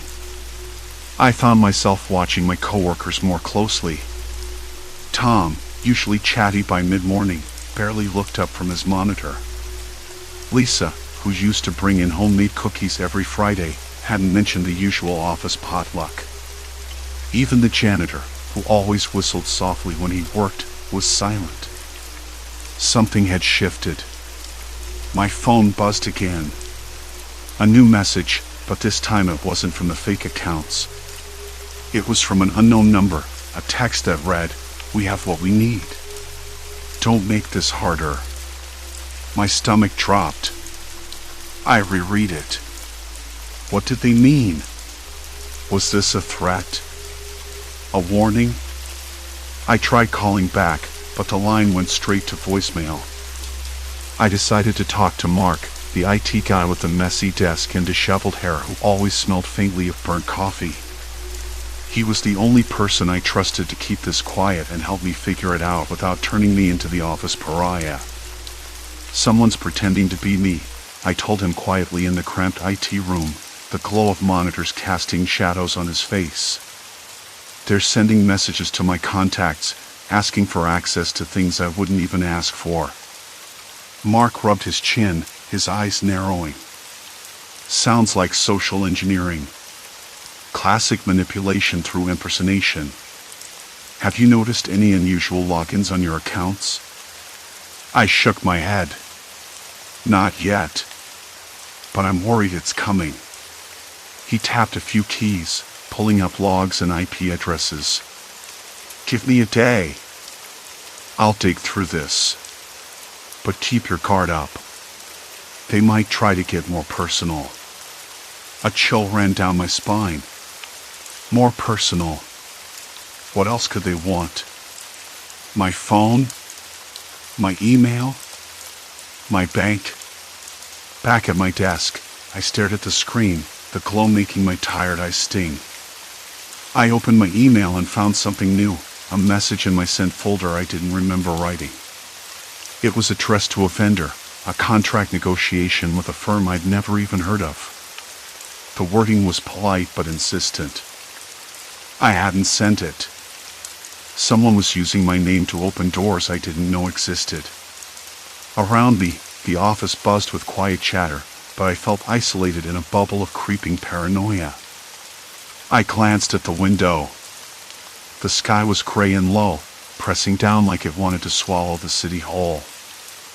I wanted to call Sarah again, but I hesitated. Was I putting her in danger? Was I even sure I wasn't overreacting? The phone buzzed again. Another unknown number. This time, a voicemail. I stared at it, fingers frozen over the screen. I played it. A breathy voice, distorted, not quite human but unmistakably deliberate. "We see you. We're closer than you think." The line clicked dead. I sat back, hands trembling, the taste of cold coffee bitter on my tongue. Someone was inside my life, stepping through the cracks I hadn't even noticed.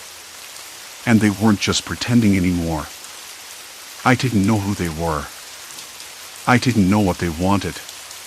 But I did know one thing: this was no longer about a stolen identity. It was about control. And control, I realized, was the most dangerous game of all. Outside, the city carried on, indifferent to the storm gathering in my apartment. But inside, the walls felt tighter, the shadows longer. Every noise made me jump. Every glance at my phone made my heart skip. I wasn't just the victim anymore. I was the target. And this was only the beginning. The night stretched on, a slow, suffocating crawl. I didn't move for what felt like hours, though it was probably only minutes. The hum of the city outside seeped through the cracked window, sirens, muffled laughter, the distant bark of a dog. Normal life, carrying on without a care for the chaos inside my apartment. The cold coffee had long lost its bitterness, only a stale residue remained on my tongue. My hands had stopped trembling, but only because they were too numb to react. I forced myself up, paced the living room, running my fingers along the spines of books I hadn't touched in months. My phone buzzed again, but this time it was a message from Claire.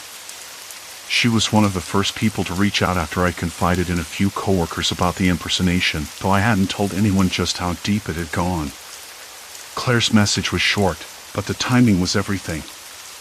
"Hey, did you hear from anyone else? Something's weird with the team chat. People are acting off." That prickling sensation returned. I'd noticed it too. The group chat was flooded with strange, out-of-character messages, requests for sensitive files, hints about upcoming projects that hadn't been announced. The impersonators weren't just harassing me anymore, they were hunting for information, and worse, my friends and colleagues were feeding it to them, thinking it was me. With a shaky breath, I typed back, "I'm looking into it. Be careful. Don't share anything new."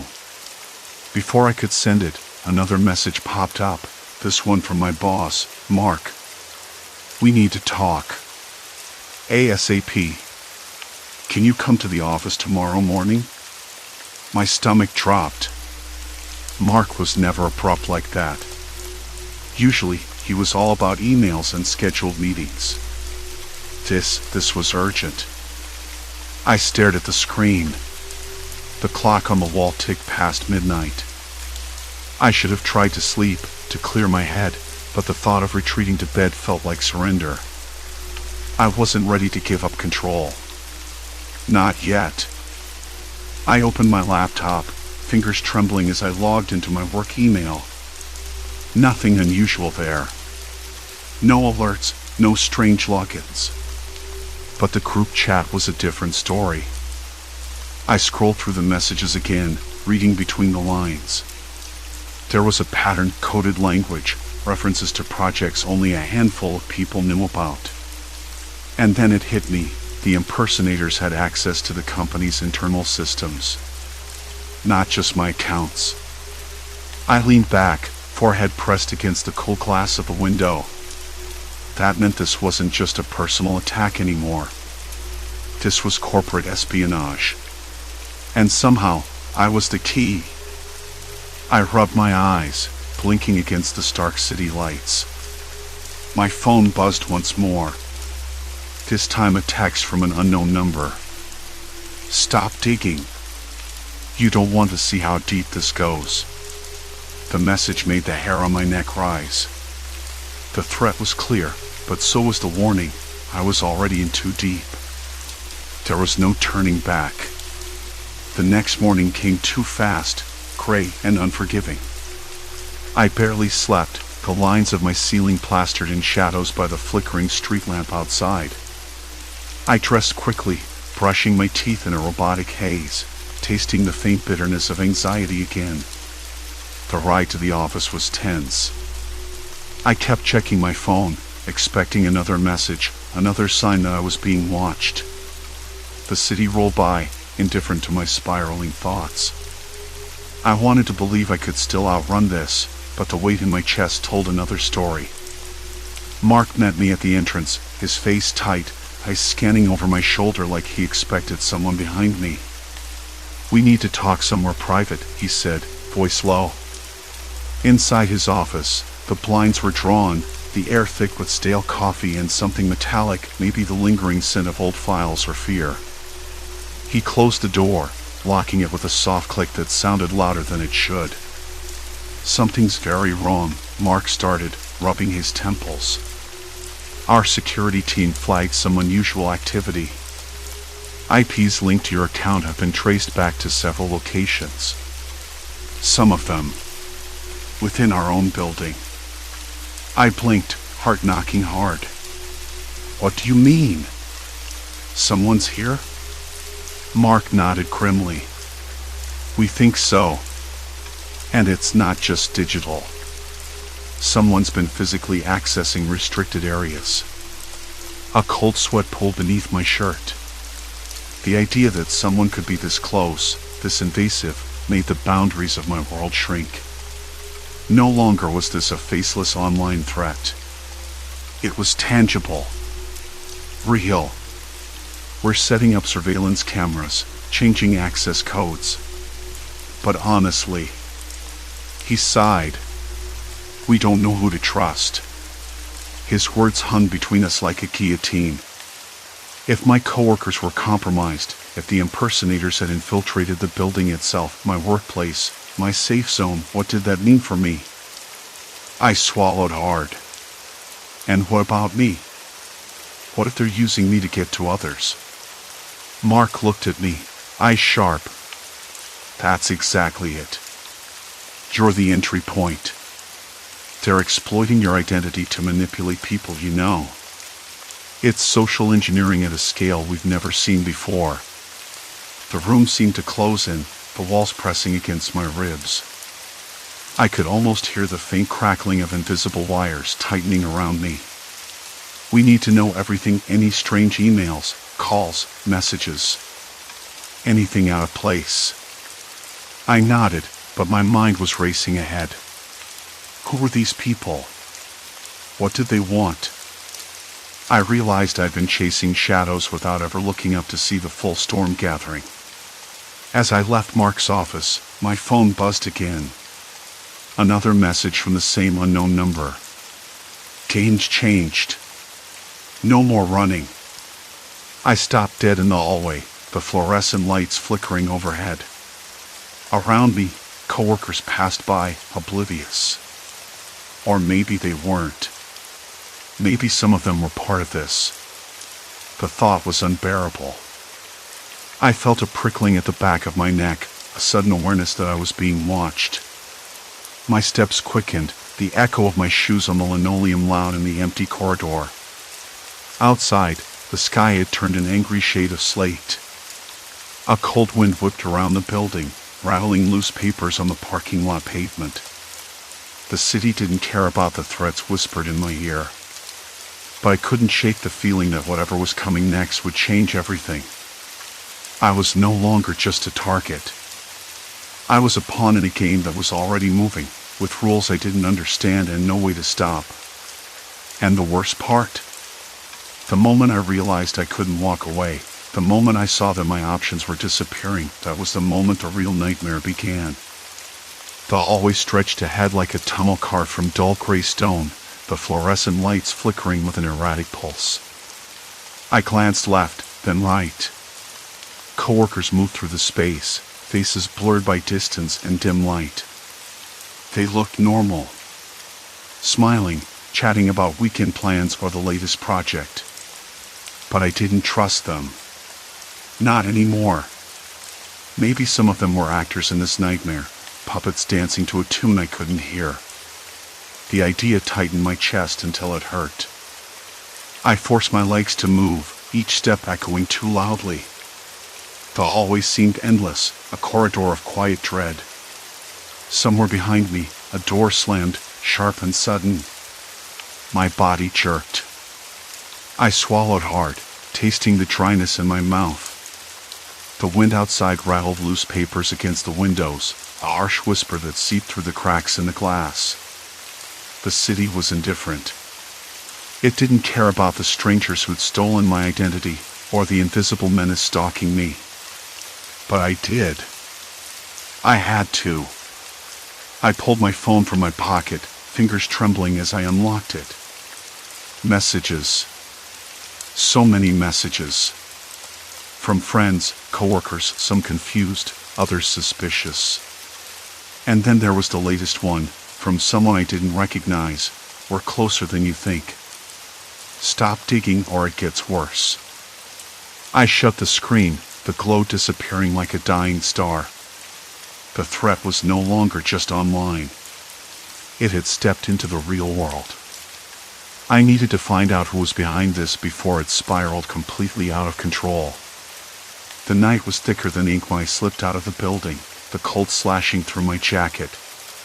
Streetlights buzzed overhead, their yellow glow casting long, uneven shadows.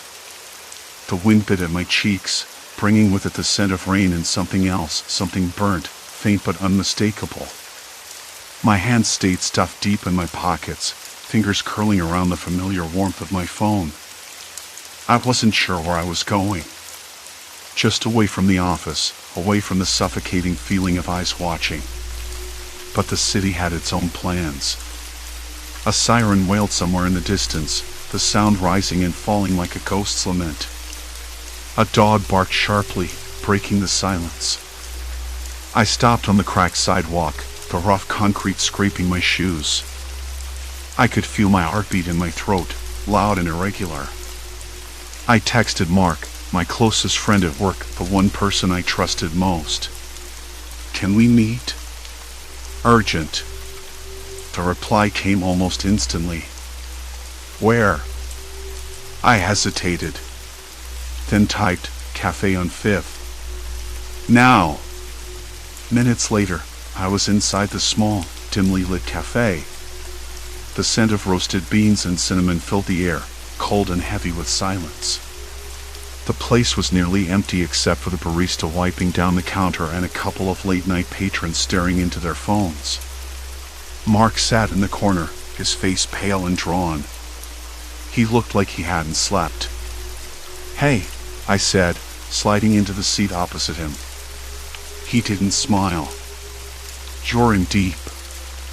This isn't just some prank or a hack. Someone's using your identity to get into places they shouldn't. I've been looking at the logs from the servers." His voice was low, urgent. "They're not just after data. They're after control.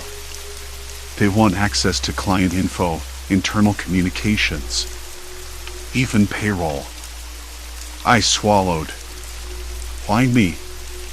Mark shrugged, rubbing his jaw. "Because you have access.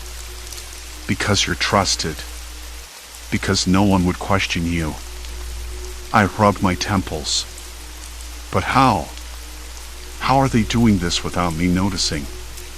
He pulled out his phone and showed me a series of screenshots, messages, emails, fake social media profiles. They're playing a long game. Social engineering, impersonation, manipulation. They're good. Good, I repeated, the word tasting sour. Mark looked up, eyes sharp. "And they're watching. Probably right now." A shiver ran down my spine. The cafe's warmth felt suddenly cold, the hum of the refrigerator behind the counter too loud. I glanced at the windows. Outside, the street was empty except for a lone figure standing beneath a flickering streetlight. The rain started, light at first, tapping against the glass like nervous fingers. The figure didn't move. I blinked. Then he was gone. Back at my apartment, the shadows seemed to cling to the corners with unnatural insistence. The lights flickered as I entered, the hum of the old wiring filling the silence. I locked the door behind me, the click echoing like a gunshot in the empty room. My hand shook as I set my bag down, the weight of everything pressing on my chest. I pulled out my laptop, fingers flying across the keyboard. I needed answers. I needed control. But every search led me deeper into a labyrinth of fake profiles, proxy servers, and encrypted messages that twisted around themselves like a snake swallowing its tail. Then a new message popped up on my screen. No name. No sender. Just 3 words. "Look outside now." I paused. A cold sweat broke out on my neck. My mouth went dry, the taste of metal sharp on my tongue. I forced myself to stand and walk to the window, pulling aside the curtain just enough to peer out. The street was empty. No one. Just the rain, falling harder now. The streetlight flickered again, throwing long, jittery shadows that danced on the wet pavement. Then, a sudden movement, something darted just beyond the edge of the light. I blinked, heart thudding. It was gone before I could focus. I backed away from the window, the hairs on the back of my neck standing on end. My phone buzzed. Another message. Games changed. A whisper, barely audible, but it filled the room with dread. I wanted to run. To hide. To pretend none of this was real. But I knew better. Because this wasn't just about stolen identity or leaked secrets anymore. This was about control. And they had me exactly where they wanted. The rain had eased by dawn, leaving the streets slick like glass. I stared at my phone. No new messages. At least not yet. The silence was almost worse. I sat down at the kitchen table, the wood rough beneath my palms. The taste on my tongue lingered, a mix of metal and cold coffee I hadn't drunk. I rubbed my eyes and pulled out the laptop, fingers trembling as I typed in the company's internal messaging system. I needed to know if anything else had happened overnight. Had anyone else been contacted? Manipulated? The screen loaded slowly, but then there it was, a thread of messages between my coworkers, marked urgent. My fake self had been busy while I slept. Requests for passwords, project details, internal contacts, things I never would have shared, but the imposter had charmed out of people who trusted me. For a moment, I felt the room, with its faint smell of dust and decay tilt, like the floor had shifted beneath me. How many lies had they spun? How deep was this? I closed the laptop, breathing hard. I had to tell someone. But who? Who would believe me? I was the one being impersonated, the one they'd used to crack open my life. I called Sarah first, the only friend I trusted enough to speak honestly. The line clicked on, and her voice came through, tired but steady. Hey, everything okay? I swallowed, voice low. No, it's worse. I'm not just being impersonated online. They're using me, manipulating people I know. I think God, Sarah, I think they're after more than just information. She was quiet. Then, have you gone to the police? I shook my head, even though she couldn't see it. No, not yet. They'd want proof. I don't have that. Just a trail of lies and shadows. Sarah sighed. What do you want me to do? Help me figure this out. If they're using me, they might try something else. Something offline. The line went quiet again before she said, all right. I'm here. I hung up, feeling a little less alone but no less exposed. The day crawled by. Every ping of my phone made me jump. I stayed off social media, afraid the imposter might be lurking there still, waiting to strike again. I couldn't tell if the paranoia was justified or just the residue of exhaustion and fear. By afternoon, I'd noticed my coworkers acting oddly when I passed them in the halls, furtive glances, whispered conversations that ceased when I neared. I caught the receptionist casting a quick look at her screen as I approached, fingers poised above the keyboard. My pulse quickened, but I said nothing. I wasn't sure if I wanted to confront anyone or just confirm that the web of deceit had spread. Later, I found a message slipped under my office door. No sender. No signature. Just a short note. Trust no one. Not even yourself. I stared at it, the ink smudged from moisture. A chill crept up my spine. The room felt colder, the fluorescent lights harsher. I wanted to tear the note up but instead folded it carefully, slipping it into my pocket. That night, I sat alone in my apartment again, the curtains drawn tight. The shadows no longer felt like they belonged outside. They had moved in, settled under the furniture, whispered from the walls. My hand shook as I scrolled through emails and messages I'd saved, cross-referencing names, dates, and times. I found patterns, connections between my digital double and people I barely knew. A network, sprawling and insidious. But why me? Why my identity? I thought about the people I trusted, the ones who had unknowingly handed over pieces of their lives because they thought it was me. I thought about the imposter, sitting somewhere in the dark, weaving this tangled web. The thought made my throat tighten. Sleep came late and unsettled. When morning came, the sun weakened gray, I made a decision.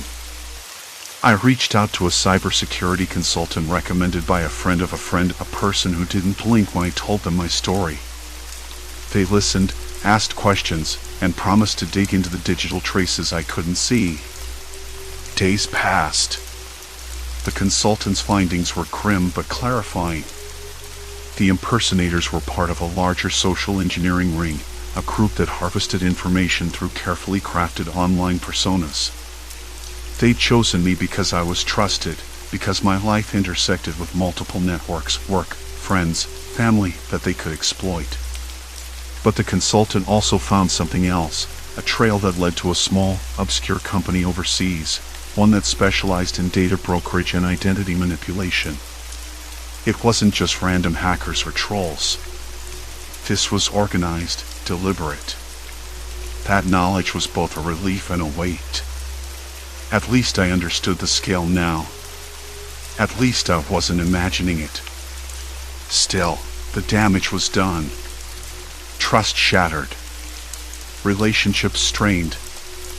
I watched as friends and coworkers hesitated before speaking to me, unsure if the person in front of them was real or a mask.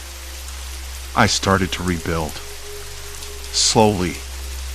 Setting new boundaries, changing passwords, tightening security, but also learning to listen to the quiet doubts in my mind, the instincts that had saved me from walking blindly into the trap. Sarah stayed close, a steady presence. One evening, she said, "You're different now. Not just scared. Stronger." I nodded, feeling the truth of it settle inside me like a slow, steady flame. "I don't know if it's over," I admitted. "Maybe it never will be. But I'm not going to be a victim anymore." The rain returned that night, gentle and persistent against the window pane. I watched the droplets trace random paths down the glass, each one a small, unpredictable journey. It reminded me that even in chaos, there was movement. Change. I wasn't the same person who had opened that first message, who had stared into the empty street and felt the cold grip of fear. There was a quiet resolve now, shaped by everything I'd lost and everything I still had. The imposters hadn't won. Not really. But the echo of their reach lingered, a shadow in the corners of my life, a reminder that identity was fragile, trust was a currency, and control was a game that could shift without warning. I closed the curtains that night, but the streetlight outside kept flickering. I listened to the rain, steady and unrelenting. And I waited.